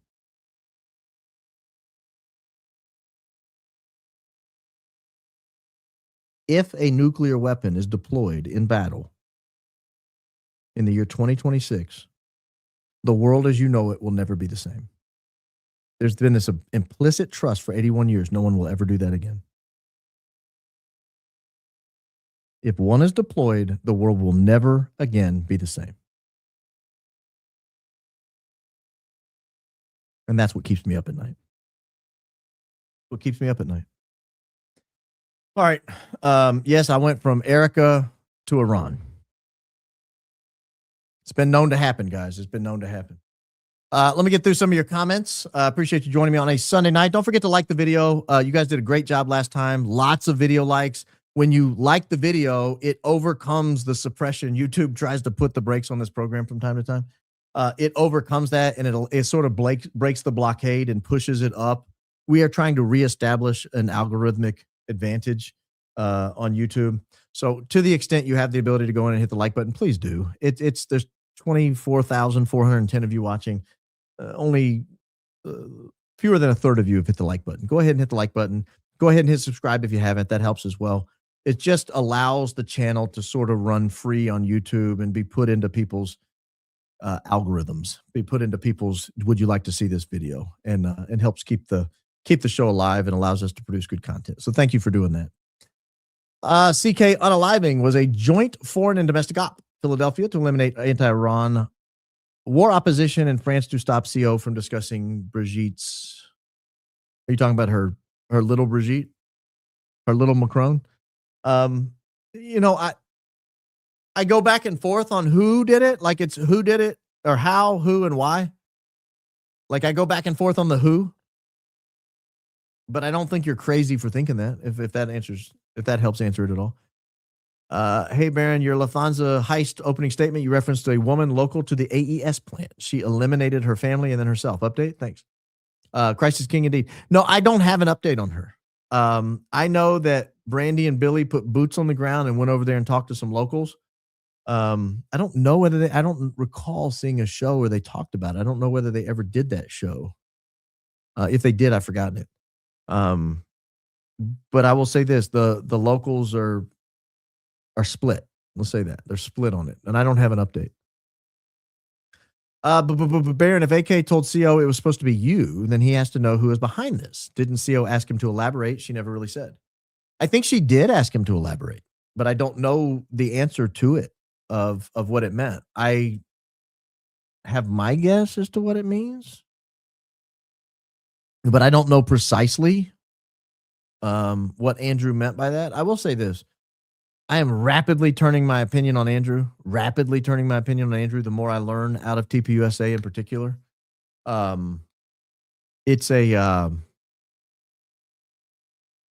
He's not the person I thought he was. I'll say that.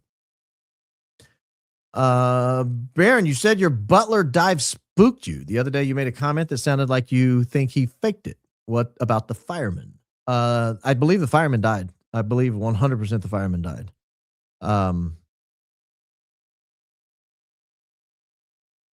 Whether Trump faked his injury, I'm not 100% either way. But Baron, first super chat ever. Viewer since episode 3. Wow. Love your lawyerly mind. Do you think they knew EK was a pathological liar? I'm becoming more convinced they don't really care about Erika as much as we do. I think Erika is a very much absentee figurehead of the company. I don't think she has any actual real roles or responsibilities. A little bit like Joe Biden's presidency. You know, technically he had the final say, but honestly, there was an auto pen and there were a lot of people telling him what to do and say, and he just sort of went along with it. He would go out and give speeches. He would go out and, cut ribbons. But I don't think Joe Biden had any real power. And I don't think Erika does either. I don't think she has any actual power in that place. I think the place was running without her, and it will continue to run without her. The people in charge are above Erika. Please explain why we need the oil in the Middle East if Venezuelan oil is now ours, not to mention drilling our own. Thank you for explaining. I appreciate you. Oh, and I learned the Our Father again. I say it now for peace. Well, congratulations on memorizing a new prayer. Oil is a fungible good to some extent. Not exactly, because there are some plants that can only process certain types of oils, or some plants that are better at processing certain types of oils. Oil is not oil. There's high sulfur oil, there's low sulfur oil. There's oil that comes in sand and not all that has to be processed out. There's oil that comes in liquid. There's there's oil that comes out of fracking where there's, water and chemicals associated with it that all have to be separated out. So oil is not oil. But to a certain extent, it's a fungible good, much like cash, right? If I have $1,000 a month rent payment and you give me $1,000 a month for my rent, and then I go out and I buy a car and I have $1,000 a month house payment, $1,000 a month car payment, and you come to me and say, hey, wait a minute. I gave you $1,000 for rent, not for a car. And I say, oh, I'm not paying your $1,000 for the car. Your $1,000 is going to rent. My $1,000 that I used to spend to rent is now going to the car. And the guy's like, well, that's not what I had in mind. I was trying to make your budget $1,000 lighter, not neutral. That's oil. That's oil. Oil is sold in a global market. It's not only sold here in the United States. So having more oil available to us here doesn't mean it stays here. Doesn't mean it's processed here. Doesn't mean it's used here. So when we talk about energy independence, it's a little bit of a myth. All that means is we're producing more than we're currently consuming, but that oil goes out on a global market. Some of it is purchased here, and some of it's purchased other places. And I don't know if that answers your question, but that's the answer. That's the answer. I don't know if you understand the answer, but that's the answer. Beelzebub is nothing but an evil. There's nothing but evil. Christ is king. Christ is king indeed. Thank you. Don't necessarily dispute what you said. You sent you an email a while back. ELF legally changed her name in civil court, January 2022. That is correct. For marriage. Never met a woman who did that. Thoughts? In Arizona, it's an option. Usually happens. I looked that up because I was concerned. I was confused by it. I don't say concerned. I was confused by it at first. Usually happens when they wait too long. There's like a window in Arizona, I think, where you have to go do it. And if for whatever reason you don't make it in there to do it, then the court is the way to change your name. Hi, Baron. First time commenting, long time listener. First time, long time. I'll hang up and listen. Wanted to ask you when you will be doing a show on the photo you have possibly proves a 30-06 didn't kill CK. I've never said it possibly proves a 30-06 didn't kill CK. I said it to me presents a very strange injury that is inconsistent with death by a 30-06. It raises the possibility to me that something else did it. I've run it by 6 or 8 people, and there's a split opinion on it. Some people are not as convinced as I am. Some are. So I've got to decide what I want to do with that. I love you too, Katrina Acuna. Katrina Acuna Matata. Acuna, are you related to Ronald Acuna Jr. from the Braves? Please read and answer the next super chat in Mark Levin's voice. Love the work as always, Baron and Daisy. Oh man, you're asking me to perform on command? I don't know that I do that very well. All right. From Michael Jester. Glad we're doing this follow-up. Highest TikTok likes on a video I did after that show, 450. So the message is spreading and eyes are on it. I don't even know what he's talking about. But Mark Levin does. Baron, can you hook Ian up with a cough button? I can probably. Now, I will say this. I know for a fact he doesn't have one because I know his setup. I've talked to him about his setup, and I was shocked when he showed me his setup or talked me through what he had. He mentioned being in Tennessee. Any chance for a Baron Ian collab soon? We did a show together a couple of 3 months ago, maybe. We'll probably do for another one at some point. I really thoroughly enjoyed it. It was one of my favorite shows I've ever done. But yeah, a cough button, you got to have different technology than he operates on to have it. So I'm actually shocked he does it. I know some people are shocked I don't use mine more than I do because as much as I cough, I should use it a lot more. Did you see Jeff Webb, CK's mentor, died in a pickleball accident? No. I think this raises the obvious question, though. The hell is a pickleball accident?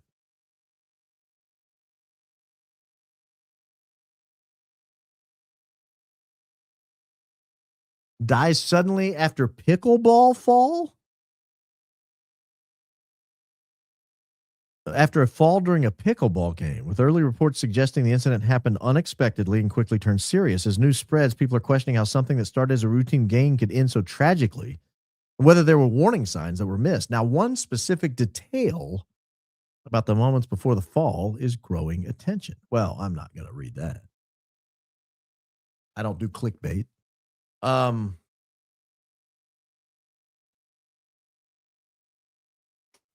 Pickleball. I got strong opinions on pickleball.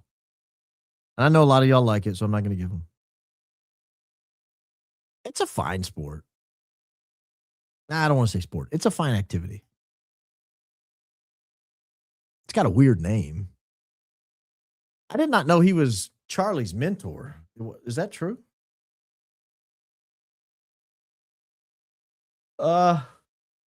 The father of modern cheerleading? You're saying he was Charlie's mentor?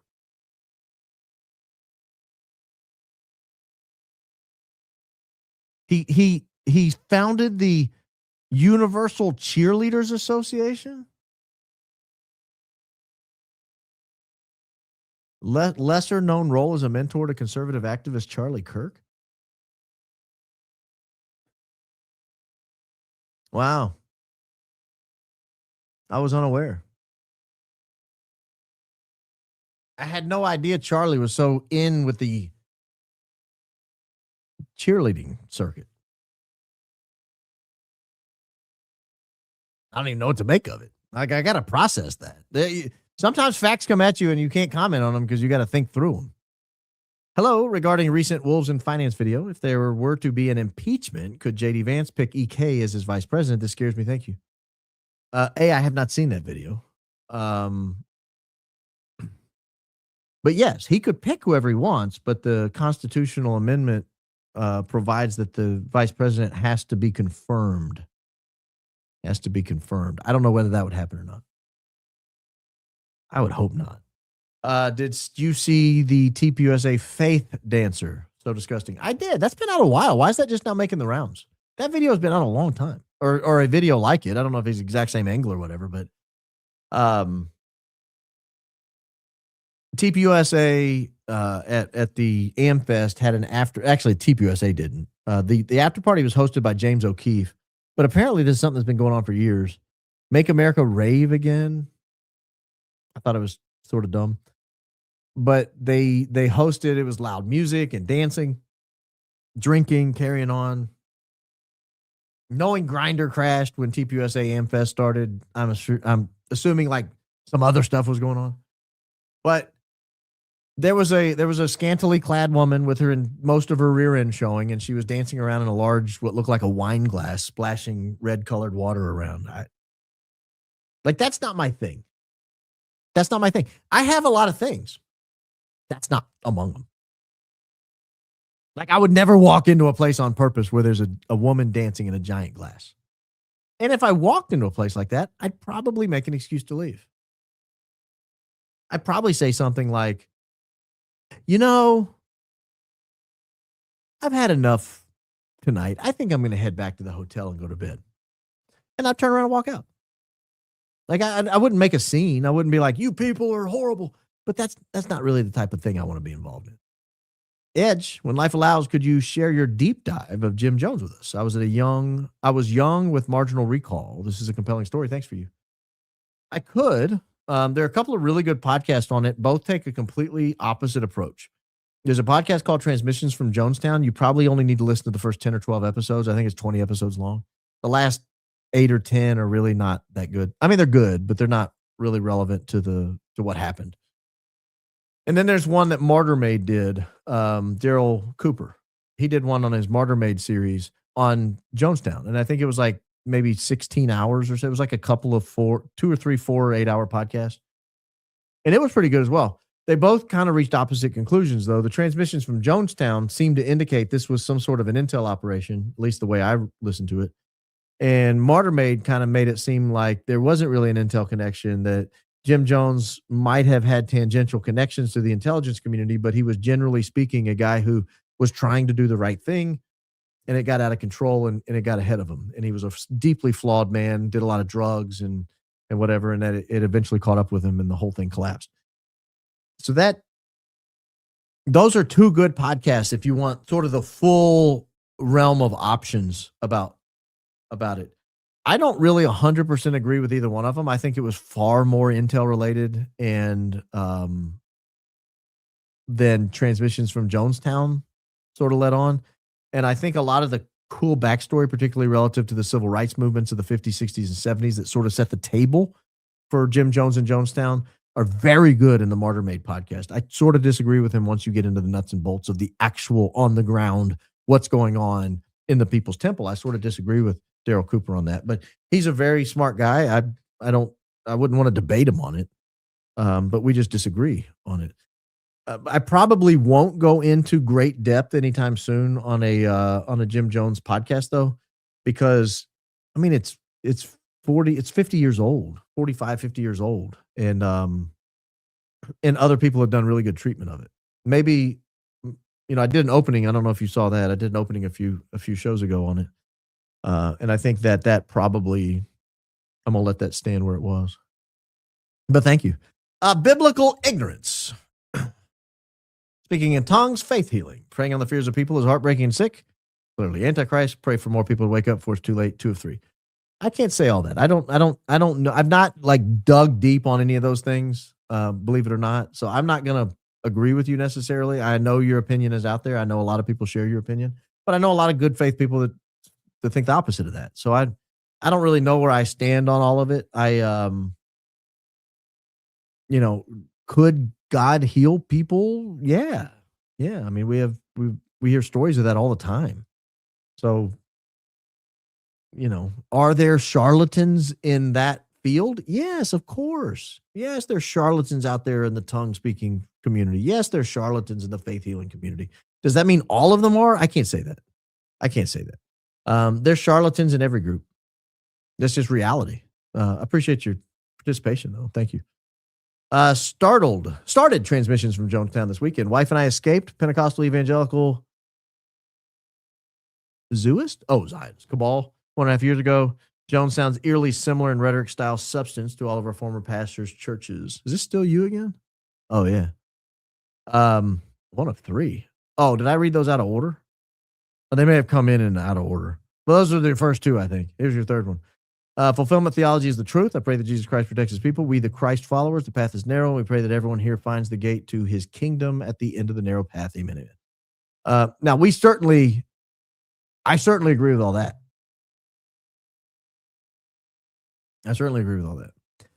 Two questions. One, is it standard for the FBI to seize video footage at a hospital? Is it permissible? Ever been done before? Standard, I don't know. Permissible, yes. Ever been done before? Probably. But I don't know if that's the standard. Has anyone at the hospital spoken out?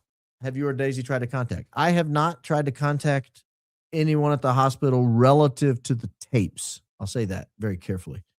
I've not spoken to anyone at the hospital relative to the tapes.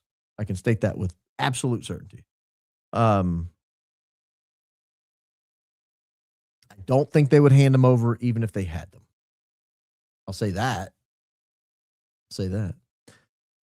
Baron, I'm your DMSO Padawan. How long did you use DMSO in your nose? How long before you saw improvement in eyesight? Not medical advice. Talk to your doctor. I don't remember, man. It was probably 20 years ago. But if you look at me of a picture of me in law school, I was wearing glasses. And I see great now. I'm old, so obviously the closer things are, the harder they are to see. But at a distance, man, I think I'm better than 20/20 at a distance. And I was not always.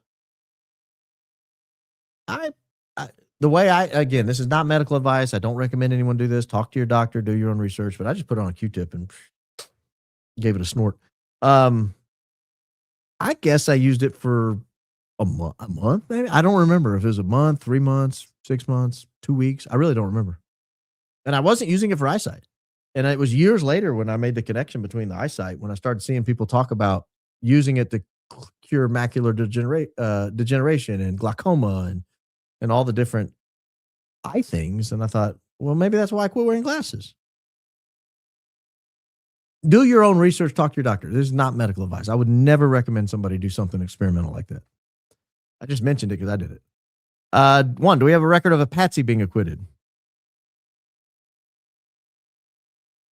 Probably. Can't think of one off the top of my head, but probably.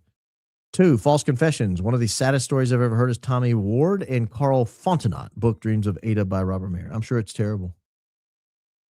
T isn't code here. I think it's a legit meeting. Oh, you're talking about the tea time at the Ritz? Yeah, I don't think T was a code, but there was, I don't know if you guys caught it. There was a weird line. I didn't want to get sidetracked on it, but there was a weird line in there about a furniture meeting. We need to have another furniture meeting. And I thought, the hell is that? Like, that sounds code. I don't know if they're talking about using furniture to aid in facilitating situational awareness. I don't know. I don't know what they were talking about. Or if they were talking about using people as I don't know. I didn't want to get run down that rabbit hole, but I don't know if y'all caught it. It was in that email if you go back and scroll back and watch it. Whoever thought to cross-reference EK's TripAdvisor during Friday's chat with JE's emails was brilliant. This is a high IQ outfit. Yeah, that's why we do these shows. You guys bring so much brilliance to the program. I mean, we're a great team, all of us. Now, this is good stuff, B&D. Keep it up. No doubt that is going to continue to happen. Firstly, fantastic opening statement. Thank you. I had a lot of fun writing that. That actually was harder to write than you think, though, because you have to digest all the individual stories, and then, like, unless you want it to be 3,000 words, you got to figure out how to neatly summarize their entire story in like 100, 150 words, 3-4 sentences. So that was harder than you think. And I kind of tried to keep the same rhythm in each one, if you noticed. Introduce the person, introduce how the death happened, were there others, how did they get caught, and what was the sentence. That's kind of how I tried to organize each one. Second, 20 minutes into the night episode, and I'm on the edge of my seat. This may be my favorite so far. Well, thank you. Thank you. I'm local to the Castor case. She got caught by leaving a turkey baser with traces of antifreeze in it under his bed. You can't fix stupid. You can't fix stupid. That's stupid. Is that really how she got caught? You can't fix stupid. Golly. Guys, dispose of the murder weapons. It's like, honestly, let me just say something here. I've never engaged in this behavior, obviously. Let me just get that out of the way. But here are things I wouldn't do. I wouldn't be like Luigi Mangione. I wouldn't be 8 states away with the murder weapon in my backpack and a manifesto explaining why I did it, wearing the same clothes I committed the crime in. That would never happen. I would never be one of those people that gets caught digging a hole with a dead body next to me. If you're going to kill someone, dig the hole first. Then go do the deed and then dispose, cover up, get out. Minimize the time you're at the scene. Don't leave a lot of blood lying around. I mean, that's just common sense things, people. I'm just kidding. I've not really put any thought into any of this. But I know some of you have. Some of you have. I wouldn't leave a turkey baster under the bed. I can assure you that. That's Ian's cough button I'm going to install on his computer. What a way to make an impression on the moms. Well, I'm limited. I was looking for grieving widows. I wasn't looking for greeting widowers. E-Files. The blacked out name is short, like Erika. I thought that. I don't know whose name it was. I've thought a lot of things. I had a couple other names I thought too that might fit the pattern. Who knows? Baron, I know you're not crazy about AI as a source. Just curious. What site are you using when you spontaneously spot check a claim a viewer sends? Just want to be better in my research. High IQ outfit after all. It usually depends on which site I have pulled up. I like Claude a lot for little quick things like that. Supergrok is okay. Genesis is pretty good. I would never spot check with ChatGPT. Never. That just depends. It just depends. It depends on what's pulled up in the background. Was that it? Oh, yeah. High IQ outfit. Yeah. Bear, my wife and I love you. Oh. Well, I love you. I guess you're the Johnny. You're not M, certainly. Do you think it's odd that Charlie sold their $7 million home in a gated community in Scottsdale a few months before the Big Bang, then moved to a small apartment with 2 children? Yes. I think he sold it for $5.25 million. I don't want to mischaracterize the nature of the place, but I think he sold it for $5.25 million, and I think it sold maybe 6 or 7 months before. But yeah, I thought it was odd. I mean, you usually, and they only had it a year or two. You would sell it for one of a couple reasons. One is you're just not able to maintain it. And you realize that very quickly. And you think, I travel too much. My wife doesn't like to maintain the house. I don't want to hire a yard guy. And I don't want to hire a pool guy. And I don't want to hire all these other people. Just have all these expenses on the payroll.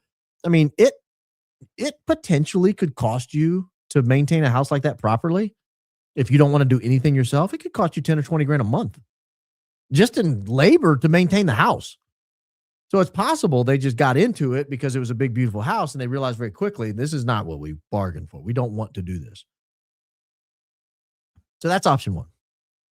If that wasn't the option, really, there's only 3 reasons you sell a house. Like that. Death, divorce, and disease. We have no indication either one of them was dead. They both were alive when they moved out of the house.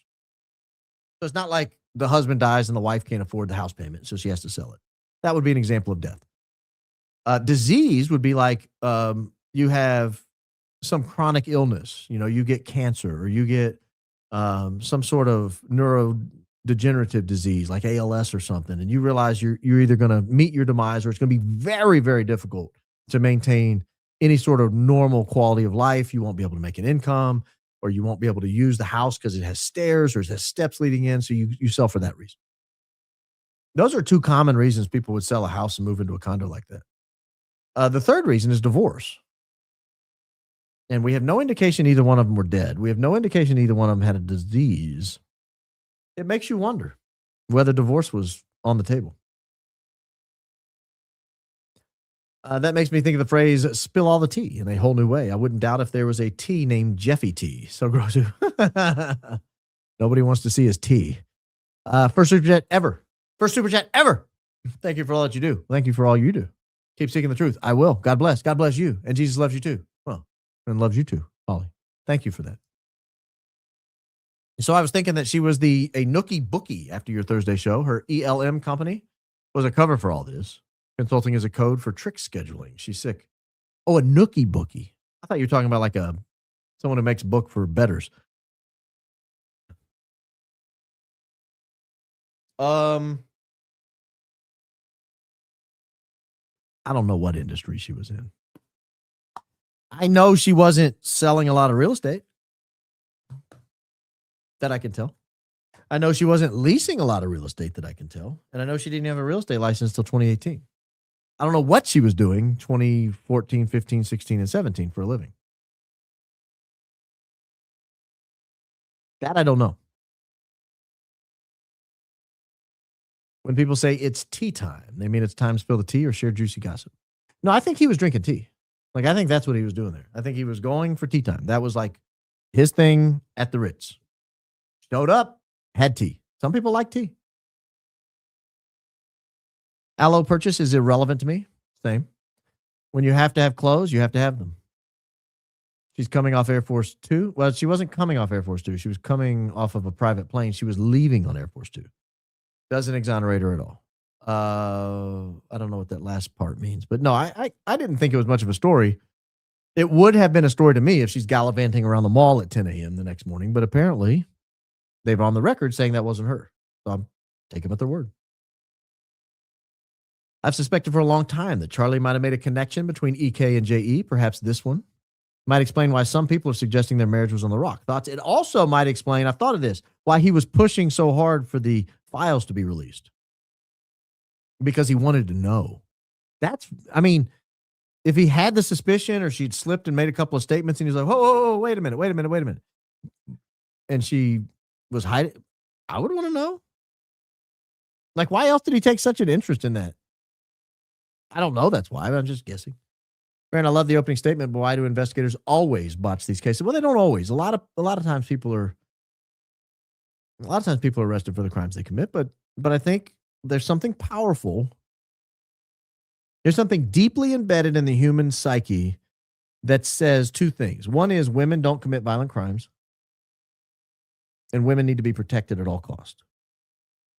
That's why I'm not wild about women in forward lines of the military, because to me, that powerful psyche, you can't neutralize it forever. It's there in the back of everyone's mind, and that might cause issues.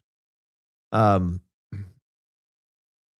I think those 2 in combination are so powerful that it causes people to overlook a violent crime committed by a woman who's now a widow.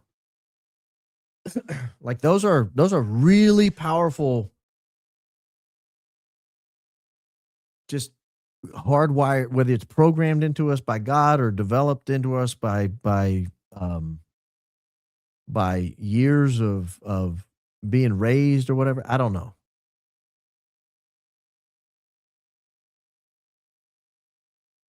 I don't know the answer to that.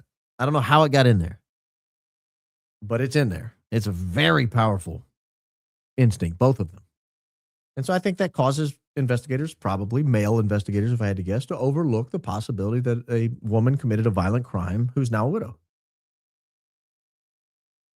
Joe Kent on Megyn Kelly mentioned after his wife was KIA, he stepped down to take care of his kids, 18 months and a 3-year-old, same age as Erika's. He took time off from the CIA to take care of his kids, unlike Erika, worth noting. Yes, worth noting. It's a data point. It's a data point. Thank you, Angela. What does T mean in Luciferianism? Does it mean something?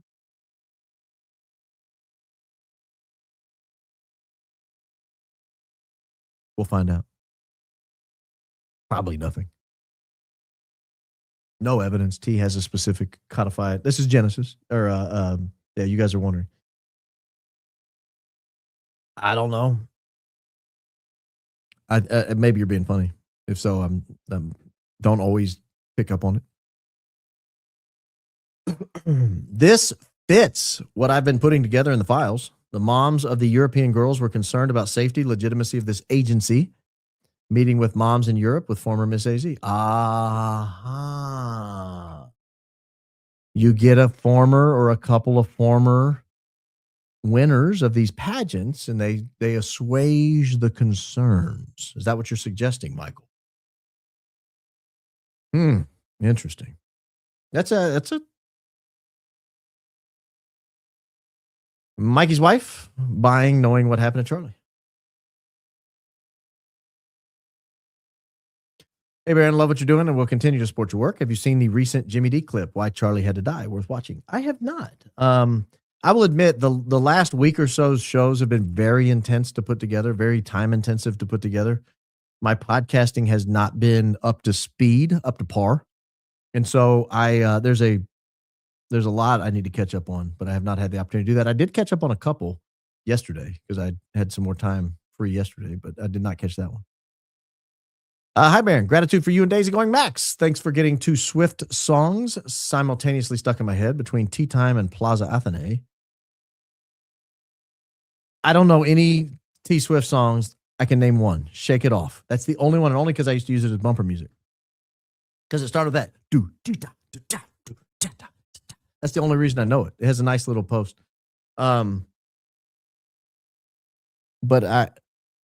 if there are T Swift songs that you were reminded of, I don't know anything about them.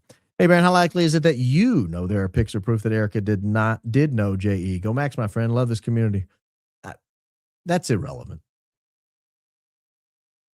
Makes more sense now why Trump didn't want the files released. It would totally change their 2028 ticket prospects. This is Purple Potamus hoodie. Oh, Purple Potamus. This is not purple.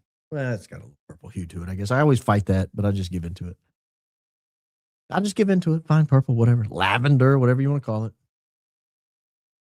Purple Potamus. Swifty creeped out by Elizabeth Taylor lyrics. See, I don't know what that means because I'm not a Swifty. Thank you for that. 121 Madison Avenue 5G. Yeah, that's not the one we were talking about. Not the one we were talking about. Gifted 5. Thank you. You guys are generous to our members. We had a fun member show last Friday. It was a fun member show. What are the chances EK was practicing Judaism behind the curtains? I don't know. I mean, don't you have to kind of convert to practice? Let's be honest. Can you practice without a temple? I don't know. You said your friend texted you and said something important. What was it? I think I missed it. Thank you and Daisy in the high IQ outfit. Go Max B. I don't want to read his text because I think it would invade the confidentiality in which he said it. Not that I'm going to tell you who it was, but it was a deeply philosophical discussion about the nature of the coverage of Charlie Kirk's passing, the nature of the coverage of Erika Kirk taking over for TPUSA, and the way it's covered. The motivation for covering it, the way it's covered, and the certainty with which certain things are said. I think that's a fair way to say it. It was very touching, very well thought out. He's a very, very smart guy, very good with his language, very precise speaker. And it influenced me. Better than the soaps mom watched on summer break. Oh, thank you. Dang, Baron, the prosecutor. Tonight is next level. Job well done, sir. I'm doing my best out here. I have no idea what that is. What is that little thing there? Remember when CK was all about the files dropping, and then all of a sudden he had a meeting with POTUS, and he came back on his show and said he won't be asking about the files anymore. I wonder what he learned from POTUS. I do remember that. He was very, very hard pushing on them, and then all of a sudden he was like, nope. And you remember what Rob McCoy said? He had agreed he was just going to talk about Iran, about Islam from now on. And it's funny how they're all just eating up with it right before we go to war with Iran. It's not a game, people. It's not a game. This is real life. These are real life consequences to these things. And we end up with this.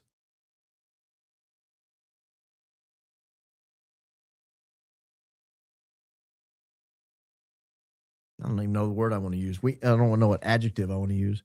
We end up with this slanted coverage based on a set of talking points that goes out to a certain set of people, and then you got all these hanger-ons that want to be saying the same thing that the famous people say because they think they'll get a little run out of it.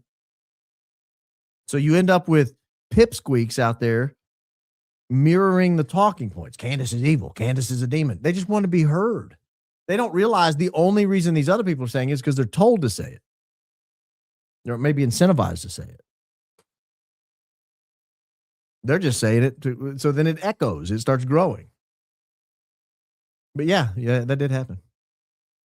Finally catching alive again. Van Allen Radiation Belt, where have you been? I haven't seen your name in weeks. I haven't seen Mark and Shawnee either, and I'm a little concerned, frankly. Shawnee was with us quite a bit, and then Shawnee disappeared. So did you, Van Allen Radiation Belt. I have mentioned to many that EK and JE were connected. Well, how do you know that? I would love to hear from you. Also, you and Candace have mentioned LF and EMPs. Yes, we have. Do you know about the report given to Congress the same day as the 9/11 report? Want me to email it? Please do. Please do. I'm not familiar with it. And welcome back. Well, you sing "Welcome Back, Cotter" to you. Do you think Erika was brought to CK initially to entice him to do things that would ruin his squeaky clean image for blackmailing purposes? Why, when he wouldn't bite, they switched to marriage infiltration? No, I don't think that's why she was brought to him.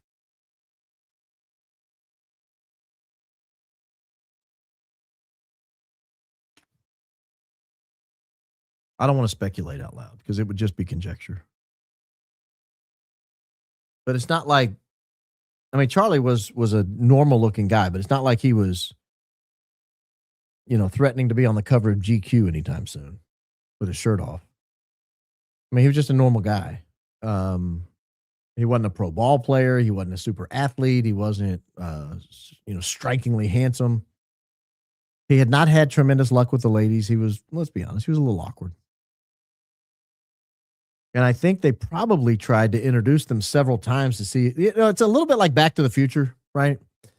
Like Marty's life depends on George McFly and Elaine getting together. And he tries to set it up so that, and George is just too awkward and can't figure it out. And so he finally has to set up a scene in which they'll fall in love. That kind of reminds me of Erika and Charlie. Like I can see Tyler in the background trying to get them together. Oh, we'll run into each other at the airport. Oh, we'll run into each other at the grand opening. And Charlie's just too big of a goober to figure it out. And I mean that in the most loving way possible. So finally, here's my guess of what happened. This is speculation. But finally, Tyler was like, I'm going to set this up. You're going to take her to dinner. I'm getting her to come as a job interview, but I want you to tell her halfway through, I don't want to, he's going to be so smooth. Like, you get your damn hands off her, like George McFly, right? I want you halfway through to look her in the eye. And I want you to say, I don't want you to work for me. I want to date you. To begin with, that's fairly patently illegal in a job interview, but that's neither here nor there. I would be devastated if my wife or daughter went on a job interview and the guy said, I want to date you. I would be like, whoa, way out of bounds, way out of bounds.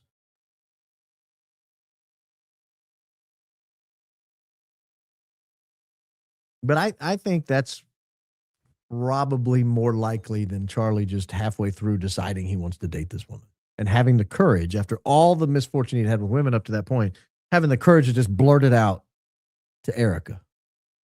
But I don't know. I wasn't there. So I don't know. And in that scenario, Erika would have been primed.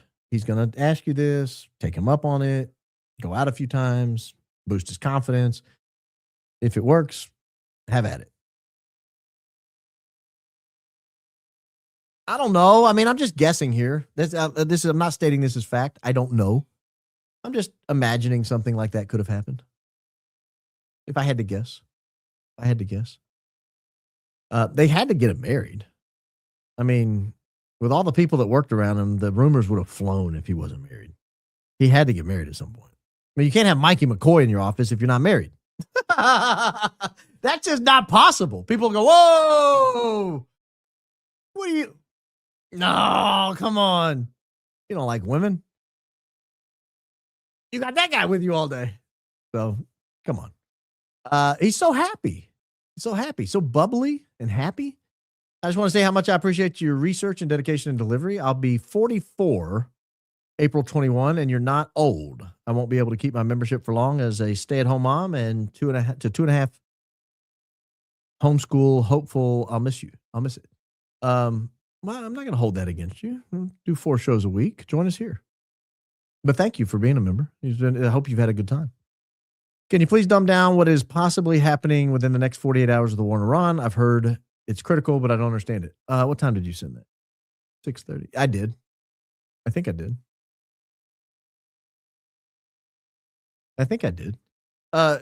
Trump issued an ultimatum. If you don't accept our demands in 48 hours, we're going to start hitting critical infrastructure in Iran, and we're going to bring you to your knees. And they said, if you do that, we will also hit critical infrastructure, and we're not limiting it to those people, and it will be devastating regionally. That's the answer. And in that situation, you got a decision to make. Are we going to continue escalating, or are we going to call off the dogs? Calling off the dogs is probably not an option at that point. The authorities must have known what the damage from that rifle to the neck would be. Why do you think they would come up with such a ridiculous lie that is so easily proven wrong? One distinct possibility is that it was not supposed to be neck injury. It was supposed to be a chest injury. That's a distinct possibility. That it was supposed to look like a chest wound.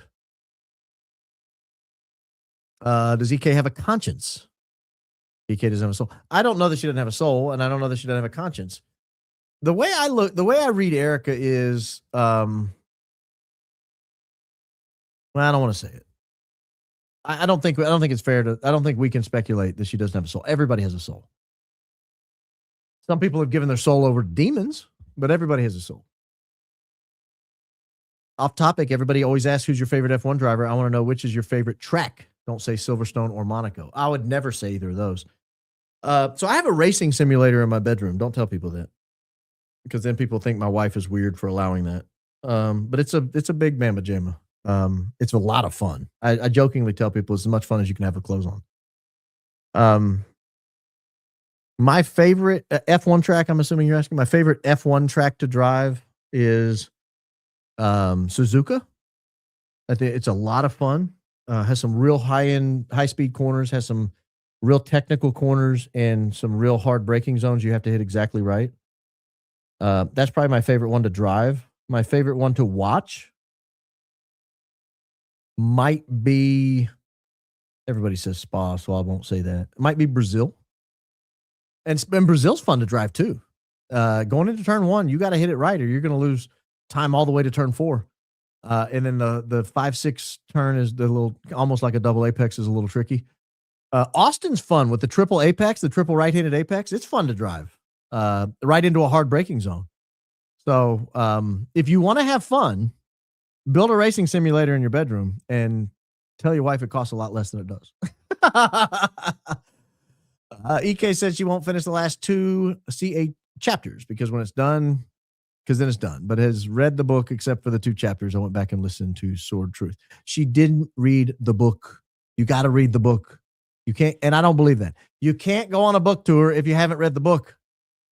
A book isn't over until it's done. If I read half a book, I can't tell you I read the book. You got to read the book. She didn't read the book. Very confident. Okay, yeah. Very confident. She said she read the entire book during December interview when she was on a morning news program, one of her first interviews. Well, are you saying she sometimes says 2 things, 2 different things? We'd have to go back and fact check that, obviously. Maybe it's nothing, but it's a whole lot of nothing going on in the same place and time in these expensive hotels. If it walks like a duck and looks like a duck, it might just be a black widow. It might be. Might be. You never know. In my opinion, Josh Hammer wrote the book. I don't even think Josh Hammer wrote the Josh Hammer books. In my opinion, a ghostwriter wrote the book. That's my opinion. I can't think of a better way to spend my 44th birthday than watching RBP. Keep up the great work. Thank you for all you do. Happy birthday. Believe truth, let them. Let them. I don't know what that means. Has Miss Fleet done the Joe rant? I need that. She has. If you go back and that was one of the first videos I think she did. Certainly the first video of this program. Yeah, it's back there. Why does it seem like she only ever speaks of her daughter, not her son? He's almost 2 years old. He doesn't lie around as a baby anymore. That's a good question. And I don't know the answer to that. I think it's kind of ironic that Corey Richens' defense attorney is representing Tyler Robinson. My sister called me today and had just put that together, believe it or not. And she was like, "Did you know?" I was like, "Yes, I knew. I knew. I was aware. She listened. She had a long drive this weekend, and she listened to the trial on the way back. Regarding Charlie's book, he was on TV in August saying he was still researching and writing the book. Funny that. Time to start a petition to have her investigated. Oh, you can start one. I'm not sure it'll do much good. Look at the video from behind Charlie. It's a guy in green and a guy in a Chicago Bears hoodie with something in his hand. Front row to his right. No, it's not a front. No. I'll watch it, but I'm not. It can't be front row to his right. The wound is on his left.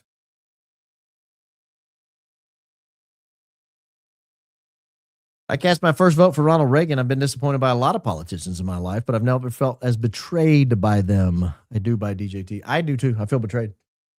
We were told this wouldn't happen. Is the term tea time another term like pizza, maybe? I doubt it.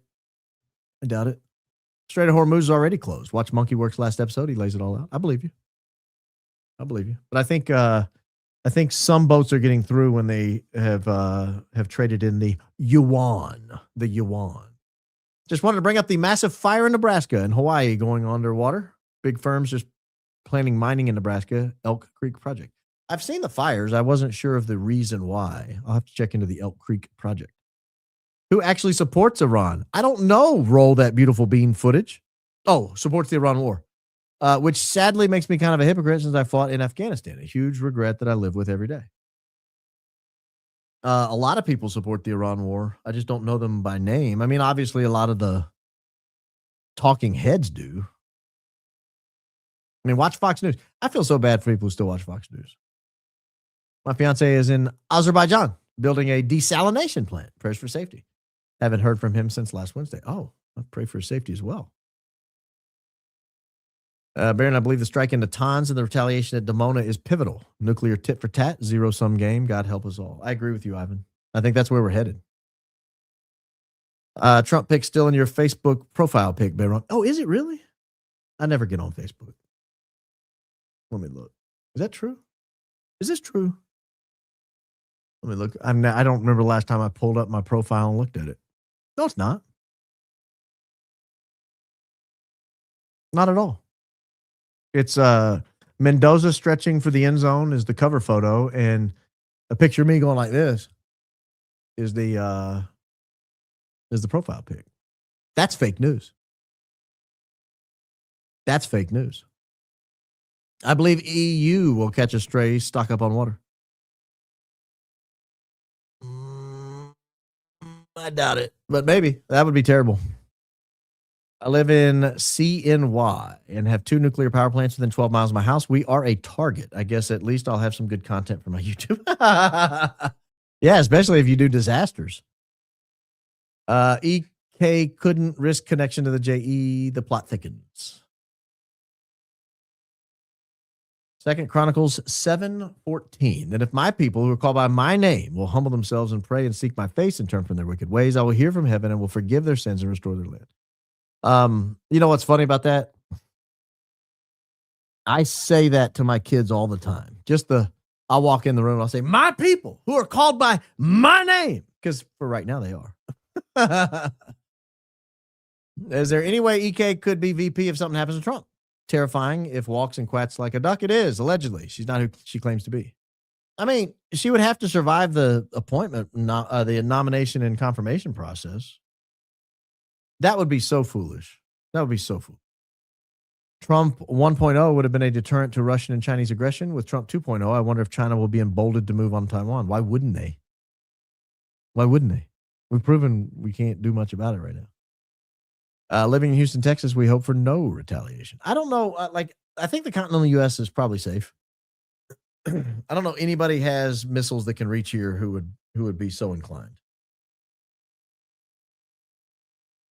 But I've been wrong before. Any natural human being would have had a nervous breakdown by now, being under the scrutiny she's under. She has no conscience. We don't know she hasn't. Remember we just read that one. We just read that one. That same one we just read a minute ago. God is in control. Matthew 6:31-33. Matthew 6, that would be in the middle of the Beatitudes, right? In Beatitudes 5, 6, and 7. I believe you. Roll that beautiful bean footage. Be careful. You've never had to see any of it with your own eyes, Baron. It's absolutely haunting. Doo-doo gets real when the first round comes by your head. Be grateful. I was going to say, be careful. I know that. Yeah, I am grateful. I am very grateful. Pray for peace. Most holy Theotokos, save us. Is that the God bearer? Is that the one you're talking about? Theotokos? I think that's right. JFW 1632. Thank you for the red one. Winhaven Realty LLC office, 98 Cuttermill Road, Suite 350, Great Neck, New York. It sold 2 sites in West Hampton Beach, New York, 2013. Bought another site in Mattatuck, New York, 2006. Contact was that guy. Okay. I believe you. I don't know the relevance, but I appreciate you bringing all that up. But thank you for that very generous donation. Can I retract my prior super chat? This took a very dark and realistic turn. Pray for all of humanity. Of course you can. Consider it retracted. Strike that. Charlie didn't read the book either. He probably did.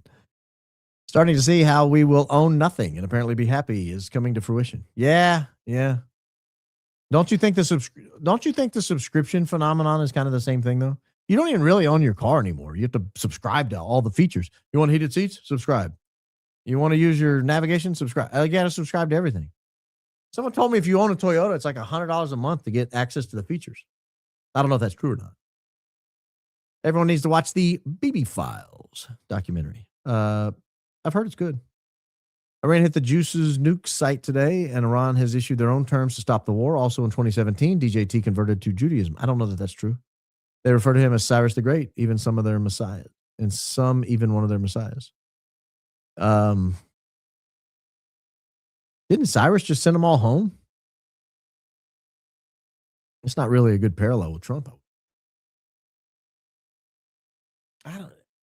Unless you have images or a document saying he converted, how can you say he converted? I have a friend's dad in Iran. Please pray for him. Will do. Pray for everyone in harm's way. It's alleged she is connected to Diddy and the Diddy parties now with her knowing someone in Ye's circle. There may be something there. Alleged by whom? That's the thing. I want to keep it somewhat factual. Things we can at least have documentation to support. If you've noticed, that's how I run the show. We pull up a document, we read from it. Like, I don't just throw out allegations. I've been hoping to catch a live show. Welcome. Welcome in. Since your intros highlight other cases, I wanted to mention Karen Reed. Timeline inconsistencies, law enforcement corruption, and cause of death, obviously not from a car, similar to CK. I've heard about it, and I did do some cursory reading on Karen Reed because so many people in the audience were disappointed I'd never heard of it. Amazing live King Baron. Yes, I like the sound of that. I would be a great king. I would be so good. You guys can make it happen. I'm only 46. I'll be a good king for decades, hopefully. I would be benevolent. I would be a benevolent monarch. So if you guys get the chance, Israel cannot do peace because they always want more. DJT is the same, takes Venezuela's oil, wants Cuba, Greenland, Iranian oil. Where will it in? God bless you and your family. Oh, thank you. I appreciate that. Property sales mentioned earlier, bought, sold by. Yeah, I mean, I believe you, but unless you can tell me why that's relevant, I'm not seeing the relevance of it. Question is, did you vote for this? No. No. Have you made any earnest effort to reflect on it? Yes. Yes. How can you see Erika's lies, narcissism, but not Donald's? I took his picture down. It was right there. It's gone. That black hole was Donald Trump just 4 weeks ago. I took it down the night he launched the strikes. What are you talking about?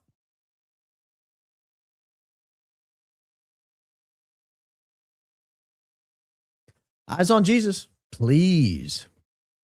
I got a crucifix over my door. Some Presbyterian was like, he does. Thanks for all you do. I'm so thankful for you. Praying for you and your family. Thank you. Thank you. Can I suggest a whole please mugs in the top hoodie color? Yes, that brings up the merch. We did some testing we rolled it out first to the Twitter subscribers because that's a smaller group. It went off without a hitch. We rolled it out that afternoon to the YouTube subscribers. That had hitches. There's a main hitch with my bank I'm trying to get solved. And then we'll roll it out to everyone else. But this is why we're slow. This is what we're testing every phase of this because once it goes out, I don't want there to be hiccups. So, yeah, there'll be more colors coming, more mugs, more colors, more different. But right now it's like 5 items, testing the banking, testing the delivery, testing the quality. We've done all that. The banking is leaving a little to be desired. So we're working on that. Hopefully tomorrow that'll be solved. I got to wait till Monday. Can't think of a better way to usher in Agenda 2030, energy collapse, famine, currency collapse. It's not incompetence. It's on purpose. Sorry, I don't want to live under Philly as a superpower. Prayers. Prayers indeed. Coming from a military family is difficult when you don't agree with the current military operation, especially when family believes mainstream blindly. Yeah. Did you see the Wolves this morning? I did not. Trump impeachment, J.D. Vance being president, choosing Eric to be vice president, scary. Is there any evidence for any of that? Like, is he just saying stuff? I like Wolves when he's talking finances. When he starts down the foreign policy, and I'm not always on board. Not always on board. I think he's a good guy. He's very smart. I'll have to watch it. I'll watch it. I'm a subscriber. I'll watch it. So very careful with your words regarding EK, but yet so definitive on your claims outcome of how war operates. Yeah, war's not going to sue me. War's not going to sue me. Big war doesn't have standing. No, it's not just that. War is a philosophy. War is philosophy. And I'm very confident in my philosophical ideas of how war works. I read a lot of history. I've read a lot of history. I'm pretty confident in that. I'm only as confident with Erika as I can put up a document and point to something. So that's the difference. That's the difference. Like, I can't say right now, the U.S. has boots on the ground on this location. They're special forces. Nobody knows, because I don't have a document that says that. But I can talk philosophically about how war generally operates and has operated for millennia. EK could be as dispensable as any other agent, just like they let us know in their spy books and spy movies.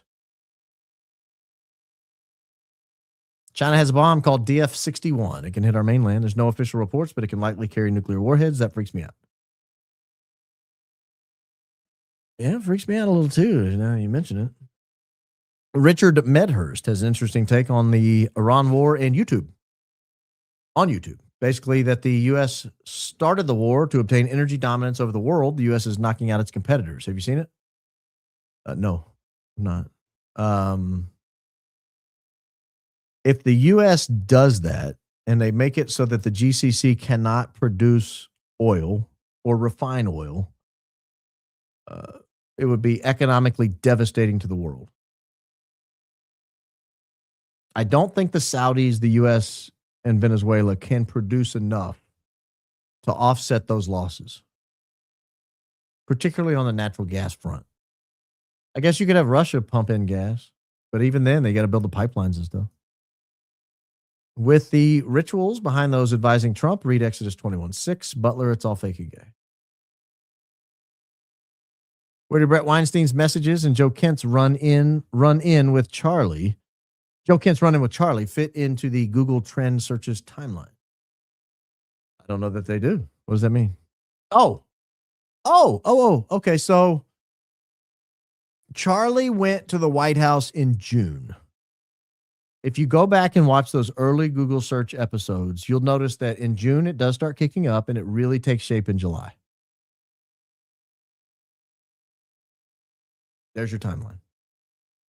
Thank you for sharing your theories and opinions. Helps me wrap my head around everything going on. Prayers and support from Wasilla, Alaska. Wasilla, the home of Sarah Palin. The thriller in Wasilla. The Wasilla warrior. Sarah Kuda. I miss old Sarah Palin. What's she doing these days? Is she still a thing? I don't watch Fox News, so I don't know. Sarah Palin, is she still a thing? Like, does she get out and speak? Let me look at news. Not really. Oh,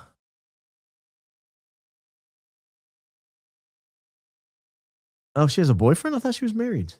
Did she get a divorce? This tells you how much I pay attention to her these days. Seen feeding boyfriend in hospital bed in heartbreak video amid his cancer journey. That's sad.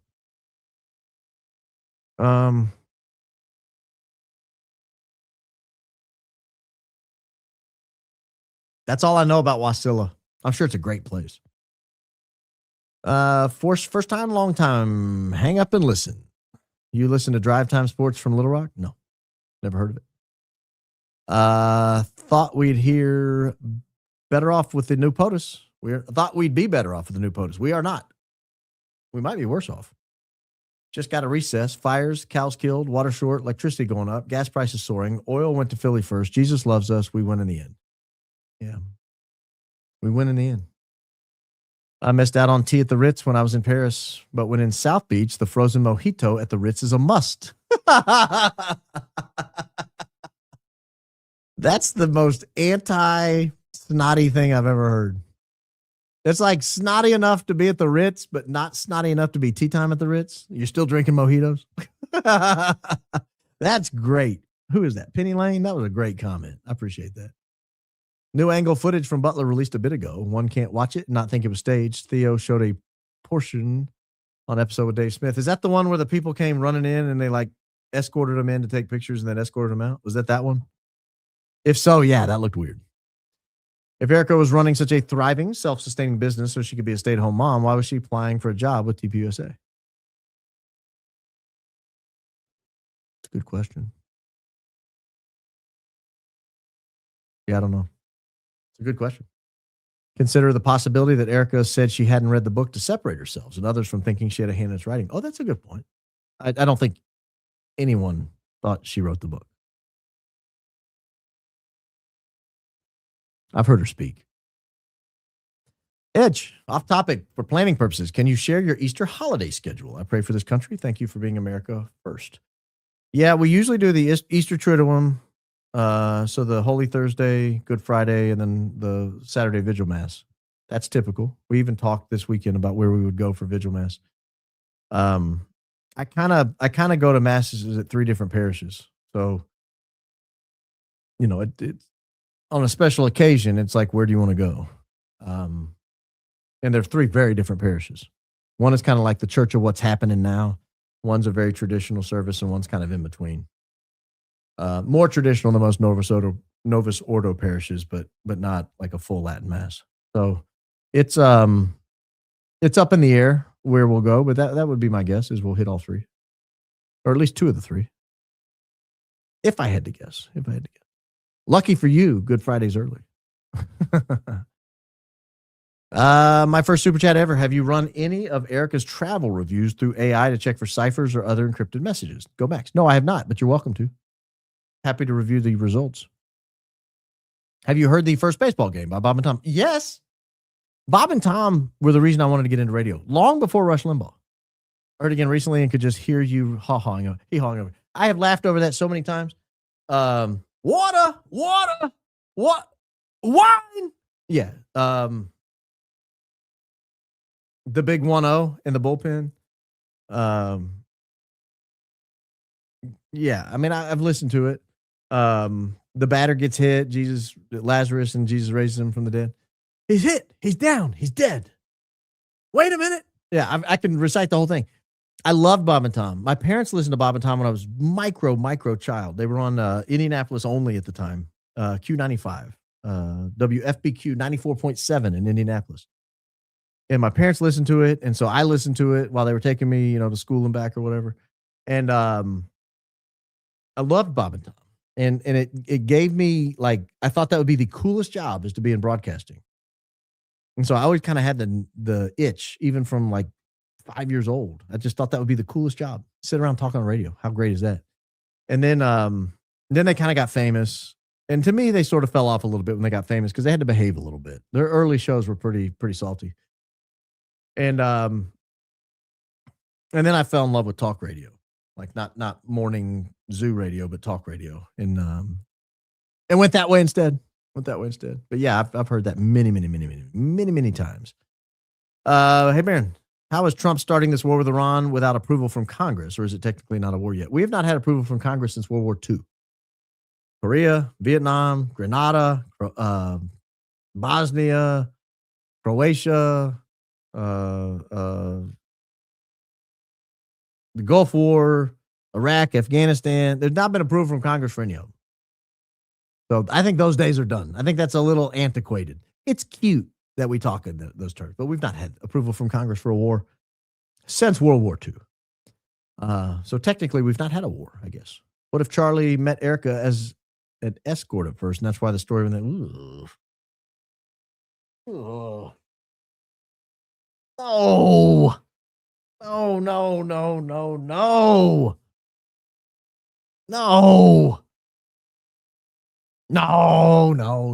Stop it. We're not going to go there. No, we're not going there. I really don't believe that's possible. But that's funny. I'm not feeling good about sending my daughter to school this week. Thoughts? I'm feeling so alone as a single mama. Love you, Baron, and community. I wouldn't worry about it. I don't think it's a concern. From the Grumblers, real quick. But Baron, first super chat ever. What if, with all the access Iran has to our institutions, they have another Samson option, particularly for us, in case we start acting like CK? I'm sure they do. Oh gosh, it keeps getting bigger. Hold on, I gotta make it smaller. I'm sure they have some sort of something up their sleeve if we ever abandon them. I've already read that one. Hey Baron, I've heard your difference of opinion when it comes to Jesse on fire on CK still alive. What's the one thing that makes you feel that way? Because he's dead. That's the one thing that makes me feel that way. Because he's dead.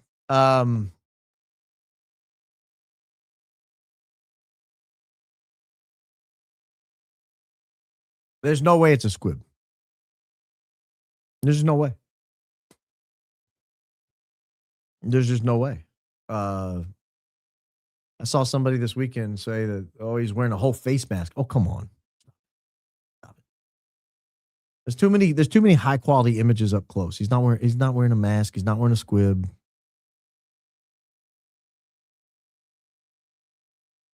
He's dead.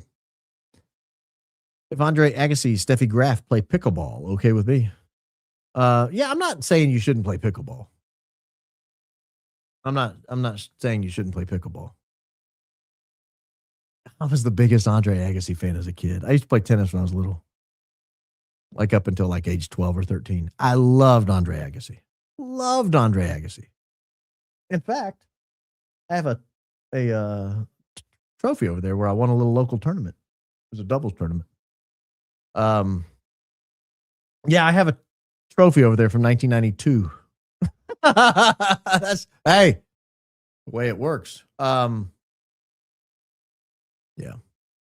Check that toggle, change to all messages. I don't know what that means. It's time for everyone to be in a state of grace. Yeah, it's a good time. Get caught up with your faith. Hey, but Baron, Erika has another property located in Arizona that she sold as a real estate agent when she sold the New York City condo. Check that place out. It's been bugging me for weeks. Is she licensed in Arizona? I don't think she is she? Happy to review that if you have it. We'd love to hear your thoughts on Afro Man defending our rights. I loved that trial. A little bit I saw of it. I saw clips anyway. I thought it was great. I'll be honest. Like, this guy was done so wrong by the cops. I have, not me personally, but someone very close to me was done very wrong by the cops. And I have thought of every way to get back. And looking at Afro Man, I've been inspired. Two cops in particular need their comeuppance. They're liars. They're just SOBs. Man, I want to say some ugly words about those two. And I would love to go full Afro Man on them, and I've not ruled it out. Seems like possible win for podcasters as well. Have you heard Yellow Pound Cake? Oh, it's called Lemon Pound Cake, not Yellow Pound Cake. And yes, it's hilarious. I've heard all his jams. I mean, and they're jams. They are jams. We're only asking for $200 billion to fight a proxy war and unalive your sons and daughters, is what I heard. SOBs. Yeah. That's the way it works. Unauthorized drones were detected over Air Force Base in Louisiana that houses nuclear-capable B-52 bombers. We were not allowed to shoot them down. They are already here. Is that true? I've not read anything about that. Drones, Louisiana Air Force Base. Multiple waves of unauthorized drones recently spotted over Strategic Air Force Base 2 days ago. ABC. That's pretty scary. That's terrifying. E-Bucks regarding the WHO. There's a countdown. Dan Flood signals by touching your sleep. There's no countdown. The countdown is bogus. It's been debunked. You can line up the countdown video with, I think Blake did this really well. You can line up the countdown video with the full 10-minute video, and you can see it's not a 5, 4, 3. There's no 5, 4, 3, 2, 1 countdown. It's not minutes. It's nothing. It's not even in order. Rick Cutler appears to pull some kind of trigger in his sleeve in the same spot. The timing of Rick pulling his sleeve and Charlie going down is literally bang on. No, it's not. The bang happens before he pulls. Again, I'm not ruling Rick Cutler out, but I've looked at all this. You're not telling me something I haven't looked at. But thank you for the very generous contribution. And the countdown thing is bogus. Can anyone see me? Does it take a super chat? I can see you. Baron, could the furniture meeting be speaking to traffic through Wayfair? Ooh, I don't know.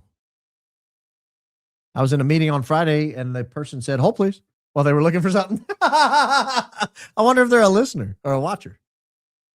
That's funny. Or maybe they just said, "Hold, please." Yes, I saw the Jonestown opening, which is why I inquired. Thank you for the pod references. We'll check them out. Appreciate you. I appreciate you, Edge. Appreciate you coming in week and week out. Anyone notice Lucky Larry bought the U.S. Bank Tower in downtown Los Angeles? Yes. Weren't they recently saying something about a terrorist attack? Yes. Furniture could be related to the Wayfair scandal. That's what someone else just said. It's my 50th birthday, and my husband said, "Go watch Baron. Thanks for all you do. God bless you and your family." You have a great husband. He sounds brilliant. If every woman could be so lucky as to be married to a man like you have, Lo.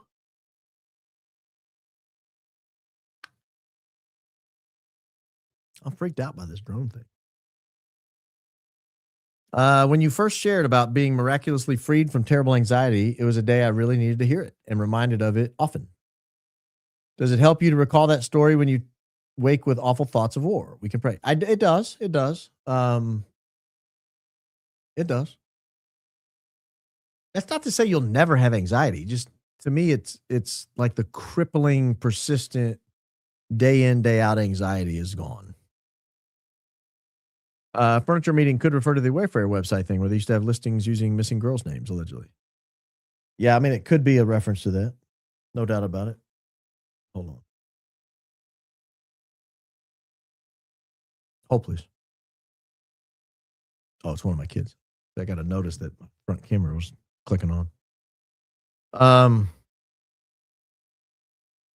You're not kidding, and you're not wrong. Now I understand why Vietnam vets threw away their medals at the Capitol. Did you know that Visine will kill you if ingested? True story. Always do an autopsy and check for everything. Great show tonight. See, Christ is King. Christ is King indeed. Hey, will it kill you? Because I used to know a bartender who, where I worked somewhere, would put it in a couple people's drinks when they were mouthy. Now they would leave. I don't know if they ever died. I hope they didn't. I hope they just had indigestion or something. Have you seen any Tyler Oliveira vids on the Philadelphians taking over New Jersey? He's been banned from Patreon because of it. Mind blowing and heartbreaking. I have. I've seen it, and I've not heard that he was banned from Patreon over it, though. You are so right. You can't fix stupid. Love you, Uncle George. Christ is King. Chris is King. We're back to Chris. You know, we nominated Chris as King last show. Somebody else said Chris is King. I want to know who this guy is. I'm looking at you, Chris. Got my eyes on you. Christ is King, indeed. Furniture shopping. Remember the accusations that expensive frameless Wayfair furniture was trafficking? I do remember the allegation, yeah.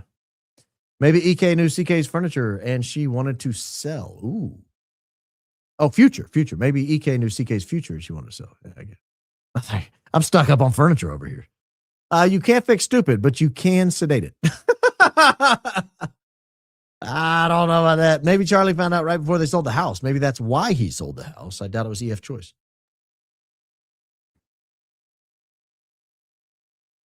Yeah, I don't know whose idea it was to sell the house. I've never gotten the full story on that. Why did everyone stop talking about Rob McCoy? He was everywhere and then went radio silent. Thank you for all you do. We love you and the show. Rob wisely chose to check out a public life, I think. He's very, like, he was all about it. And he was preaching. And then I think he realized, wait a minute, I don't want to be in this. And he got out. He doesn't do the same things he was doing. EK says she loves In-N-Out Burger. Who else trolled sitting at In-N-Out? Maxwell. Especially with that photoshopped movie poster. Yikes. Oh, she did. You're right. I recall that now. I'm not saying it's a palm gun, but it's a trigger. Please check the footage when you can see Charlie in the foreground and Rick in the back.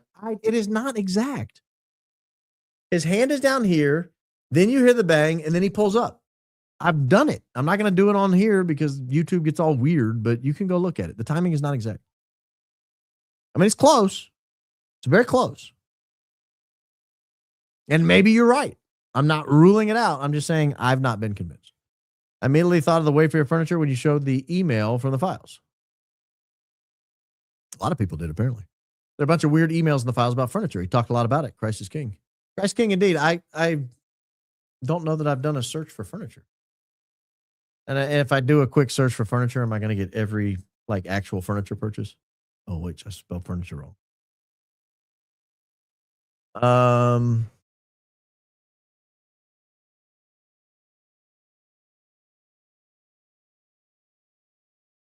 Yeah. And a bunch of stuff about regular furniture.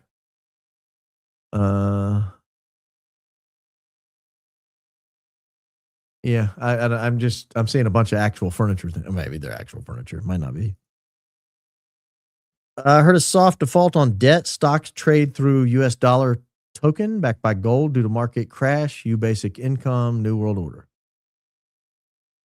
I mean, I'm sure I've heard people speculate on things like that, but is there anything to back that? Hi, Baron. Great show and putting together EK and JE timeline. Sorry to say I share your deep concern with Ron. All because DJT and Philly pocket and agree AK is bad guy too. Yeah, we're kind of seeing eye to eye tonight. At 14, I was recruited by a Euro modeling agency. They told us if we are not tall enough for podium, we would do private showrooms for the ultra rich as they prefer petite gals anyway. I left soon after. That's a good call. Because that sounds really creepy. Why would rich people need a private show? I mean, what legitimate reason would they need a private show? Let's start there. Biden used AutoPin because it wasn't really Joe Biden. That was my point. Have you seen the video of him scratching his neck, the mask? Christ is King. Who is him? I don't like pronouns. You guys know this. Oh, you should know this. My wife knows this. Drives her crazy. Like, whoa. Tell the story again with no pronouns. I don't know who him is. Is he talking about Biden? I've not seen a video of Biden scratching his neck mask. Christ is King indeed. Furniture meeting. Remember when Wayfair was selling furniture with girls' names for tens of thousands of dollars? I do. Do you think it's possible that they sold the house for safety reasons? An apartment in a secure building may be the best option if he was getting threats. It might be. I mean, it could have been a totally legitimate sale. I don't know why they sold the house. I think a lot of people live in that building, though. I don't think they're the only people that they know who live there. Luciferian T was a joke trying to lighten up. Oh, well, you got me searching. Baron, it's called the Samson Project. When Israel decides they've taken too much damage, that's when they use it. I think it's called the Samson Option, if I'm not mistaken. Regarding furniture meeting, I read the shipping of furniture is using kid transport. Good show. God bless you. God bless you, too. I've heard that as well. In the last week, I've had deja vu multiple times. Greater than 7. That's more than once a day. Kind of weirds me out. Why do you think that happens? Side note, traveling to Nashville, Tennessee Wednesday. Any recommendations? Keep on keeping on. You rock. Yeah, I'll give you a good recommendation. A place that's become one of my very favorite places is a little restaurant called Noosh, Noosh. It's a little Persian restaurant. It's amazing. The owner comes around, visits the table. She's a wonderful woman. The staff is knowledgeable, upbeat. The tea is great. Get the whole pot of tea and just pour it at your leisure. It stays hot. They put it on a little tea light. My wife and I go and we just kind of graze. Like they have these gravy options. They have these stews. They have these meat options on a stick. So we'll get one of each. Like we'll get a gravy, we'll get a stew, we'll get the meat option, we'll get an appetizer, we'll get a dessert. So it's great. They have the weirdest dessert I've ever eaten. I can't describe it. It's got all this shredded coconut in it, and it's sorbet. And that's all I can say because it's like it disappears as you. It's hard to explain, but we get it. It's got this really sweet sour syrup you pour over it. It's good. It's one of my favorite places in town. It has fast become one of my favorites. It's only been open about 5 or 6 months. So that would be my recommendation. It's a little off the beaten path. It's over in Belmead. It's not downtown. If you're staying down there, you'll have to drive 10, 15 minutes away. But it's oh man, it's good. That's my recommendation. About deja vu. I had deja vu at the gym the other day. We were about to do a workout. And who was I doing it with? I don't want to say the name, but I now remember. But as we were starting it, I thought, I've done this workout before. And I have not. But I remember doing it. Like as I was doing it, I remember doing it. And then once your heart rate hits 180 and your respiration's out of control and your muscles are failing, you forget all that. But for like the first 2 minutes, I had this persistent, I remember being in that spot. I remember feeling those. It was weird, really weird. I don't get it that often. That's crazy you do. I have no thoughts about it though. I don't know why it happens. Probably a short circuit in the brain if I had to guess. Okay, let me guess because I don't know and I've never looked into it. But you store memories, right? And that has to be some sort of electrical process. And so if you're storing memories and your brain short circuits, it probably stores it before it recognizes it's a memory and it feels like it's accessing that memory. That's if I had to guess. But I don't know how the brain works. Not a doctor. Just play one on podcast. The link to the buy intro to Logic on your website is pure gold. Thank you for that. You're welcome. Don't be talking about that. We haven't released that yet to the masses. Because the website has the merch and the merch is not working properly. Baron, with everything you discussed today, the fact that EK did not read Charlie's book blew my mind. It says so much. Wow. Yeah, agreed. Look at that. Dropping memberships all over the place. Oh, Mark Splain will be on the member show Friday. Mark Herman, the old producer for Candace Owens. He has a new podcast out called Mark Splaining because she used to ask him to Mark explain things. And he's going to be on the member show Friday. So if you're not a member, look forward to that. That'll be a lot of fun. I watched these Dean show. It's about Islam. The guy showed his emails with CK. It's reasonable to assume the emails were monitored. Data point. I'll have to check it out. I don't know anything about that. But I agree with you. His emails almost assuredly were monitored. All of ours are monitored. That was the last show. I did that show last week about the FISA warrant and Rosemary Collier's opinion, talking about all the abuse of the databases. Charlie actually eventually said that he was going to stop lobbying for the release of the files. I'm going to trust my friends in the administration, possibly because he learned of Erika and Jay. I don't know why he said that. I mean, anything's possible. In Soylent Green, women were included in apartments as furniture. Okay.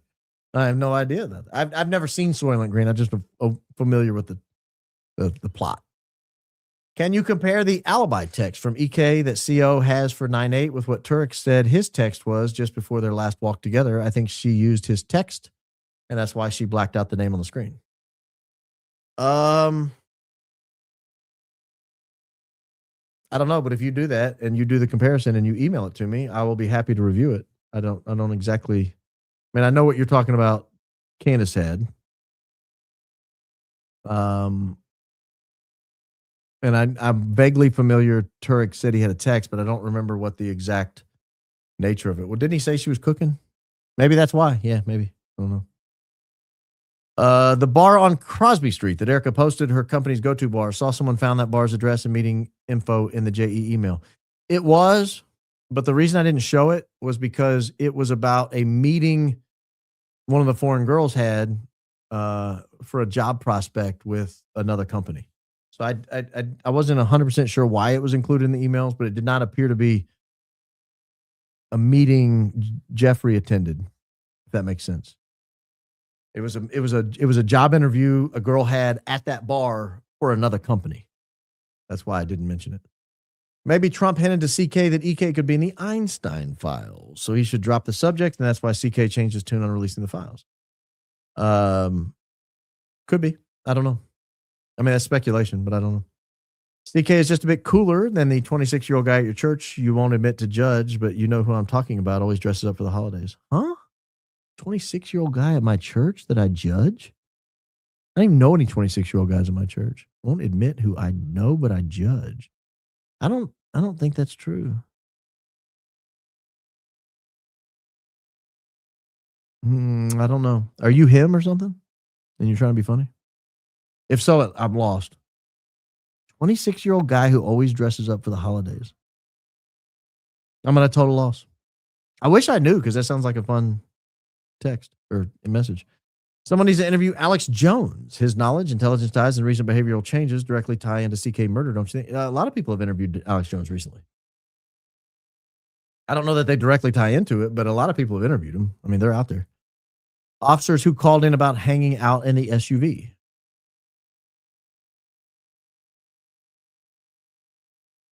Okay. My director, Edge. My director met demise by her hubby. Staff was interrogated. He was caught much later when the item used was found in his toolbox.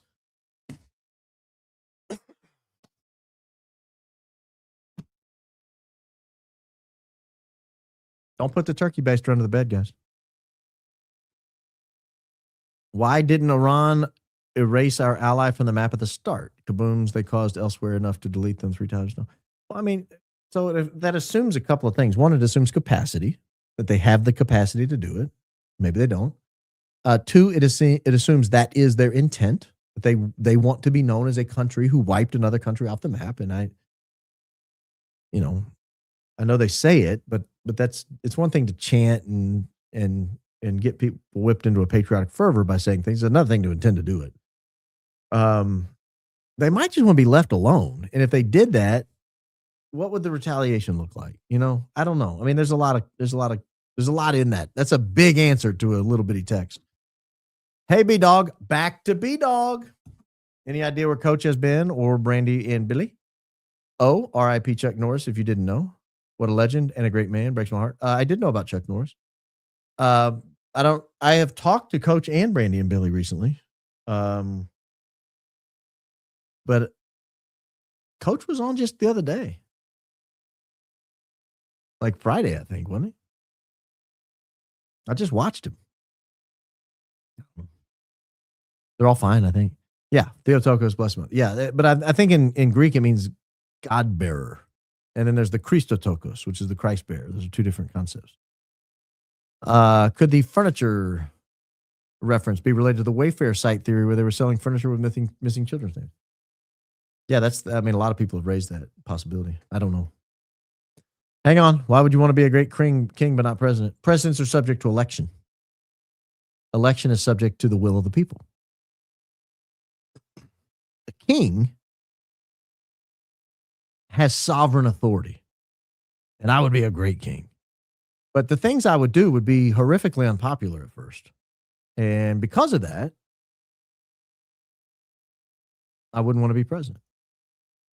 I don't want to get run out of office with a 23% approval rating. But as a king, y'all will get over it. You'll get over it when everything turns around and they look back and go, man, for the first 15 years, we weren't sure where King Baron the First was going. But now we know, and we sure are thankful for such a lovable, benevolent king. He's great. And I'm sitting there, and I've got my Dalmatian fur coat on and my big crown that looks like the Egyptian crown, the one that looks kind of like a bowling pin. You know what I'm talking about?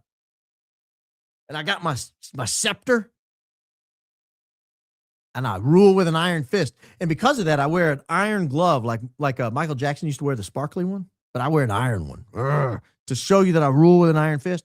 But then I have like the big heart, like the lion, not the lion, like the Tin Man got in Wizard of Oz. And I just wear it around my chest. I wear a heart pendant. It looks like Flava Flav's clock, but it's a heart. And I wear that all the time. I'm not one of these kings that shows up in a business suit like King Charles does. No, that's not for me. When you see me, I got the whole get up on everywhere I go. I go to Publix, I'm in the get up. I go to Walmart, I'm in the get up. I'll just run around the neighborhood in the get up. I go exercise in the get up. Do it. Jump and rope in my get up with my iron fist, scepter in one hand, rope in both hands. It's going to be amazing. I'm just telling you. I'll be a good king. Baron, that was my favorite opening statement. Tonight's intel was a banger. Thank you, Scarika. I love Scarika's stuff, by the way. If you don't watch her on YouTube, you're missing out. Also, I emailed a possible collab script. Anxiously awaiting your thoughts. Yay, go Max. Hi, Mrs. Coleman. Miss Coleman. She's probably watching the other room. Probably watching very intently. Remote in one hand. Zoomed in. Yeah, Miss Coleman watching closely. Watching very closely. I'll check out your email. I know it's there because I saw it, but I didn't read it intently because when I saw it was like a week ago. When I saw it, I was working on other stuff and I just saw it come through, but I've not actually sat down and read it. I'm going to though, Scarika. I'm going to. I did save it. I set it aside and saved it. Awake here from London, UK. Thank you, Baron Daisy, and your family for your bravery. Please watch the Tucker and Professor episode. Very insightful. Highly recommend. Food for thought. Stay safe. Will do. I saw you talking about the Chinese professor. I saw he was on.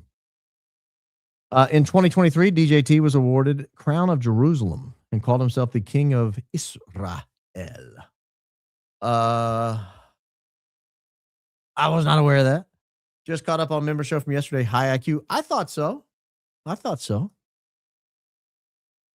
EK previously said she read all but the last chapter of his book. She was saving the last time she would read his words for the first time. I think she's changed that story. What one of the other commenters said. I'm going to run that down. We'll get to the bottom of Bookgate. I think Edge meant how will the show go that weekend? Oh. I think Thursday will be normal. Friday will probably be a member show, but probably later. If I had to guess, maybe I'll take Friday off. It's Good Friday. So I might shift the member show to Tuesday that week. And then I don't do a Saturday show. So everything else will be the normal. Dave Smith talked of unexpected changes to maintain his optimism, like surprise ending of communism and slavery. Joe Kent was a surprise that may change history. Stay hopeful for unexpected surprises. Oh, we have officially made it 2 months now. So thankful you found me. I was looking everywhere, Tiffany. I've been here since September. Happy to have found you. Congrats on your success. Hard work pays off. Thank you. HWPO, baby. Look at that. Dropping membos. What are your thoughts on methylene blue? I have methylene blue and I've taken it. It makes me a little jittery. Honestly, it's like drinking a massive cup of coffee. And maybe I didn't give it enough time. Maybe you get used to it over time. Stop taking it though. Sorry to clarify, not your personal Easter schedule, but the show schedule. I hope that clarified it. I think that schedule should hold. Yeah, furniture Wayfair could be. I don't know. U.S. struck Iran on Ramadan. If push comes to shove, what holiday would Iran strike the U.S.? I don't know. I know you're probably thinking Easter, but I don't know. Being impeached doesn't automatically remove a president. The Senate also has to vote. That's correct. Good procedural knowledge of the Constitution. Trump has been impeached twice. Barron knows this, just clarifying. Correct. Only president to be impeached twice, and I think only the third president ever to be impeached, right? Clinton got impeached. Andrew Johnson got impeached, and Trump twice. I think those are the only impeachments, and all four survived the vote, if I'm not mistaken. All four incidents. Mark Levin said at the White House Hanukkah party that Trump was the first Jewish president. Trump replied with, "It's true." Oh. Yeah, but they said Bill Clinton was the first black president. Come on. On the topic of Afro Man, I was his wife's nurse years ago when she had their baby. Super, super nice people. He said he was changing to gospel music. Spoiler, that didn't happen. Randy Walker is a son. Oh, yeah, no. It did not. That's not a gospel tune. That's not a gospel tune. It's hilarious, but not a gospel tune. That's a funny story. For EK, TPUSA was not the job. CK was the job. Take a closer look at your profile pic. I did, didn't I? Oh, I see what you're saying. He's still in the background. Yeah, but he's just incidental. See profile picture. Yeah, okay. That's just incidental, though. You want me to black it out and re-upload it? That would be something. That would be something. Probably not going to do that. I mean, it's just incidental. He's just barely there. That's funny. What happened to your CK electrocuted theory? Did I miss conclusion? No. Love your show. Christ is king. Christ king indeed. I live solely due to true miracle in 2009. 0% chance to live through the night. Well, I'm glad to hear the miraculous healing happen. No, I still think there's significant evidence that there were multiple causes. This has been people have asked me this, and I thought I've explained it. I think it was multiple things happened. I think something moved under his shirt in an explosive fashion. I think something happened to the microphone for two reasons. One is his ring, or three reasons. One is his ring leaves his ring finger and sticks to his pinky finger, holds for like a full second before dropping to the ground. Gravity doesn't work that way, last time I checked. He goes into a decorticate posture, which is inconsistent with a neck injury. He would go limp if he broke his neck in any kind of wound. And he looked to me like he had injuries on his hands immediately afterwards that could potentially be burns. And so for that reason, I think that there's evidence, good evidence in my opinion, that there was some sort of an electrical component to it. I also think the way his shirt moved, the way the charm and everything moved, I think there was something going on under that shirt that was moving at a very rapid pace that is inconsistent with a gunshot to the neck. And then finally, on the electrocution theory, he had goosebumps while they were carrying him to the car. He just did. If he was dead, that's weird because I wasn't aware dead people had goosebumps, but maybe they do. But he had goosebumps. If you zoom in closely, you can see the goosebumps down his arm. That is consistent with a jolt of electricity. So for those three reasons, I still very much live on that. But I'm not just going to talk about it every night. There's so much else to investigate. There's so much else to look at. We've talked about that. There's nothing new on that front. So that's why I haven't talked about it. Hi, Brian. I don't know if you've covered this, but did you notice the bruising on CK's hand after he was embalmed? I did. We've talked about it. It's on his left hand, on the webbing and in between the forefinger and middle finger knuckle. Hey Baron, mince laced metallic. Mike had mag. I don't know what that means. I thought of the Wayfinder reviews too. Very similar. Yeah. Search Wayfair at Gmail. Lots of hits between JE and his right hand gal about delivery dates and times. Well, maybe you order stuff from Wayfair. Why you guys ignore the footage behind footage of Rick Color? Have I ignored it? I don't think I've ignored it. Symptoms of an overdose of tetrahydrozoline include drowsiness, slow breathing, or absence of breathing, slow heartbeat, hypothermia, and possibly even coma. Why are we talking about that? I don't know what that means. Thank you, but I don't know what that means. Baron, do you know what a stupid person's problem is? They don't know they're stupid. Most of the ones I've met don't. Who are the officers that called in about SUV? Like their names? I don't know. Here in Australia, diesel's $3 AUD, which is about $2.10 USD, the highest price ever per liter. We're having fuel shortages already, as reported by many farmers who can't do seedlings because of it. Yeah, it's going to be bad. I'm telling you, this is not going to end well. Probably. My husband's name is Chris, and he used to have his own business. Several times he got paid with checks to Christ. Last name. We got a kick out of that. Yeah. I knew it. You're a tennis player. That's why you held back your opinion on pickleball. I am too, and I get it. I am not a tennis player. I don't think I would be very good. I think the last time I actually played tennis was 2009. And I hadn't played since then, since 2001 or 2. And I hadn't played before that time I played. I probably hadn't played since. No, I played a little bit in like 2011, 2012, but I wasn't very good. And the last time for that was like the mid 90s. So I very sporadically in the last 30 years, but I enjoy it. It's a good sport. So weird. I had deja vu about 20 minutes ago while watching this podcast. Ooh, did you think, man, I feel like I've sat and watched a brilliant, handsome podcaster before. And then you realize you were. I'm kidding. I don't think that. The drones in Louisiana were an attack. I think 3 sites blown up. Substack article on it as well. Sightings at DC base where Marco and Hexeth reside. Why is that not in leading every news channel? Sex in the City last season. The Plaza Athénée was the hotel Carrie Bradshaw stayed at and was a fan favorite of young women. As for the Ritz, that was the hotel where Princess Diana had her last meal. Well, thank you. We literally have electrolytes tech that will allow our engines to run off of water. Why are we potentially sending folks to die for fossil fuels? Because the last few people who tried to create cars out of water died mysteriously. Nah, they don't like that. Watch Erika in black lace outfit making Kelly interviews. She said she read all but the end of the book and used a similar line she used in video you showed.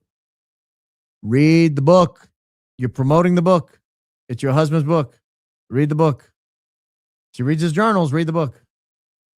It's amazing someone who has covered herself with so much honey leaves such a sour taste in one's mouth. Ooh. If CK and EK were moving toward divorce, could that explain some of her lack of real grief? Maybe she didn't have affection left for him.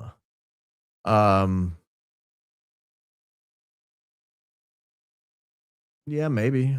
I still think though, I mean, I know a lot of divorced couples. I don't think anyone wants to see the ex. I mean, a few, they're kind of bitter, but I don't think anyone wants to see the ex dead. You would still grieve, right? Especially if you have kids together and all that. You grieve because your kids don't have a parent. Could Tea Time at the Ritz have another meeting like pizza does in the I mean, it could, but I don't think so. Hell, I want to date you. I thought that was a good line. I don't know. I mean, but that makes a good story, certainly. I don't know that it doesn't strike me as true, though. Maybe the breakdown in marriage age came as the Einstein files were being released, and EK knew she would find out. Oh, EK knew CK would find out. He wanted them released. Maybe EK told him to stop. Love your show. Thank you. Love your comment. The Theotokos means the mother of God. Yeah. I think it means God bearer. I don't think it means mother of God. I think it means God bearer.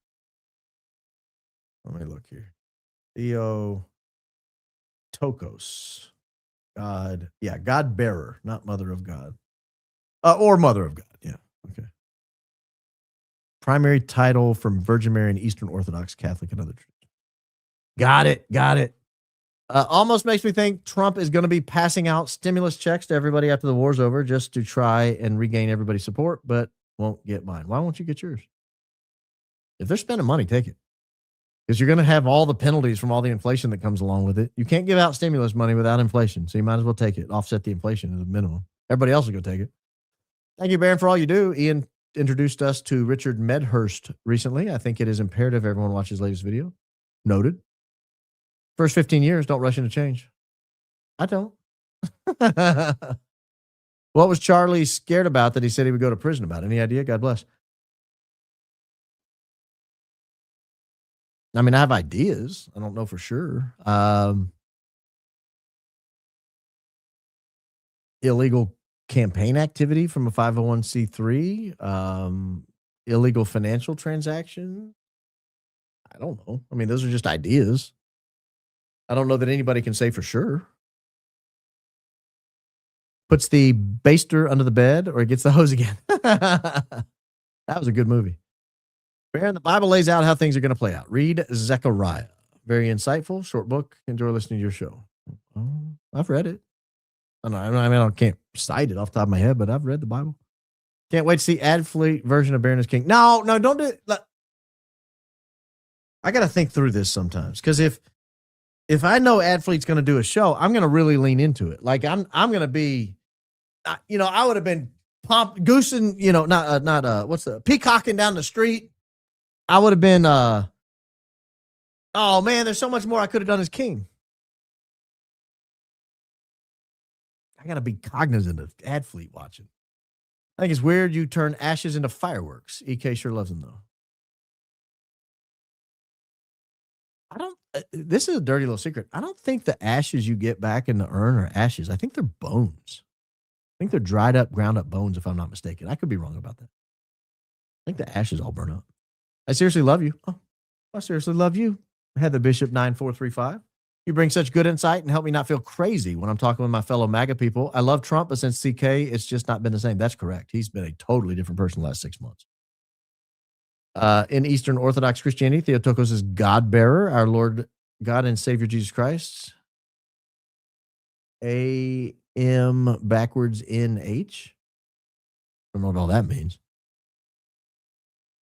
Thank you, Tamara. Your guess was right. Deja vu is fleeting, false sensation of having already experienced a current situation, often considered a minor glitch in the brain's memory system. Hey! Had to ring that one up, baby. Strike 3. Brand new member. Only my second subscription, other being coach. Next up, Ian. Thank you for all you do. Christ is King. Christ is King indeed. Welcome to the club. Go back and watch some of the old shows. If people possibly should get 6 chickens for eggs and meat, a garden for fresh vegetables, and water filtration in case of a disaster, Christ is in our midst. Everybody should always have the ability to filter water. You can get you a big Berkey. You can get life straws. Everybody should have the ability to filter water. If you got to cancel your membership for a month or two to afford one, go for it. Life straws are like $10, $20 each. Buy one for every person in the house and then maybe 2 or 3 extras. You can go to a stream and you can drink fresh water and not worry about getting some sort of infection. You got to be able to drink water. Food you can do without for weeks. Water you cannot. So, most Americans are fat, so they can do without food for months. But even thin people can do without food for 30, 40, 50 days. Water you cannot. So you've got to have access to water. Life straw is just too easy of a solution. So who all is on our team? You, Coach, Candace, Ian, and there's a lot of people. I don't want to start naming people because I'll forget people, but those 4 for sure, I would say, and others. If you zoom into the section to the left behind him of the 2 cameramen looking people, both in black, one pulls a GUNN and slightly grins at footage. Slow down right before officer shows in front. You got to email me that. I can't follow all that. Happy to look at it. Very happy to look at it. And I'm not dismissing you. You might have just solved the case, but I can't follow that. I don't even know what angle you're talking about. So please, by all means, please email it to me. I would love to review what you just said. realbaronpodcast@gmail.com and take a look at it. The super chat that listed symptoms, I believe, of symptoms for ingesting Visine. Oh, that makes sense. That makes sense. I bet EK talks about her daughter far more than her son because her controlling relationship with crazy mom, psychologically, it would make sense. Maybe. Tetra equals Visine. Quite a few autopsies showed it as, I didn't realize that. And no, it's such a popular thing. Iran strikes U.S. base in UK. Really? Just now?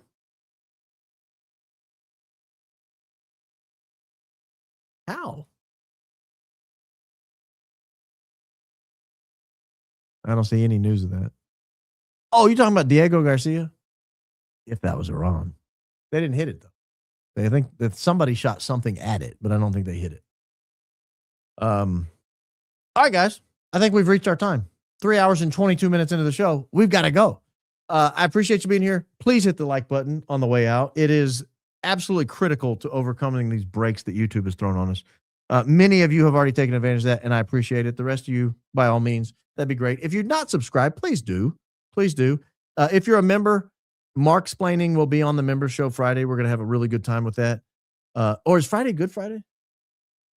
Oh, that's next week, right? Yeah. So Mark will be on this Friday, I believe. And then, it's this Friday. So if you're not a member and you want to see Mark explain, you got till Friday to join, or if you want to watch, if you don't want to watch it live, you can always join later.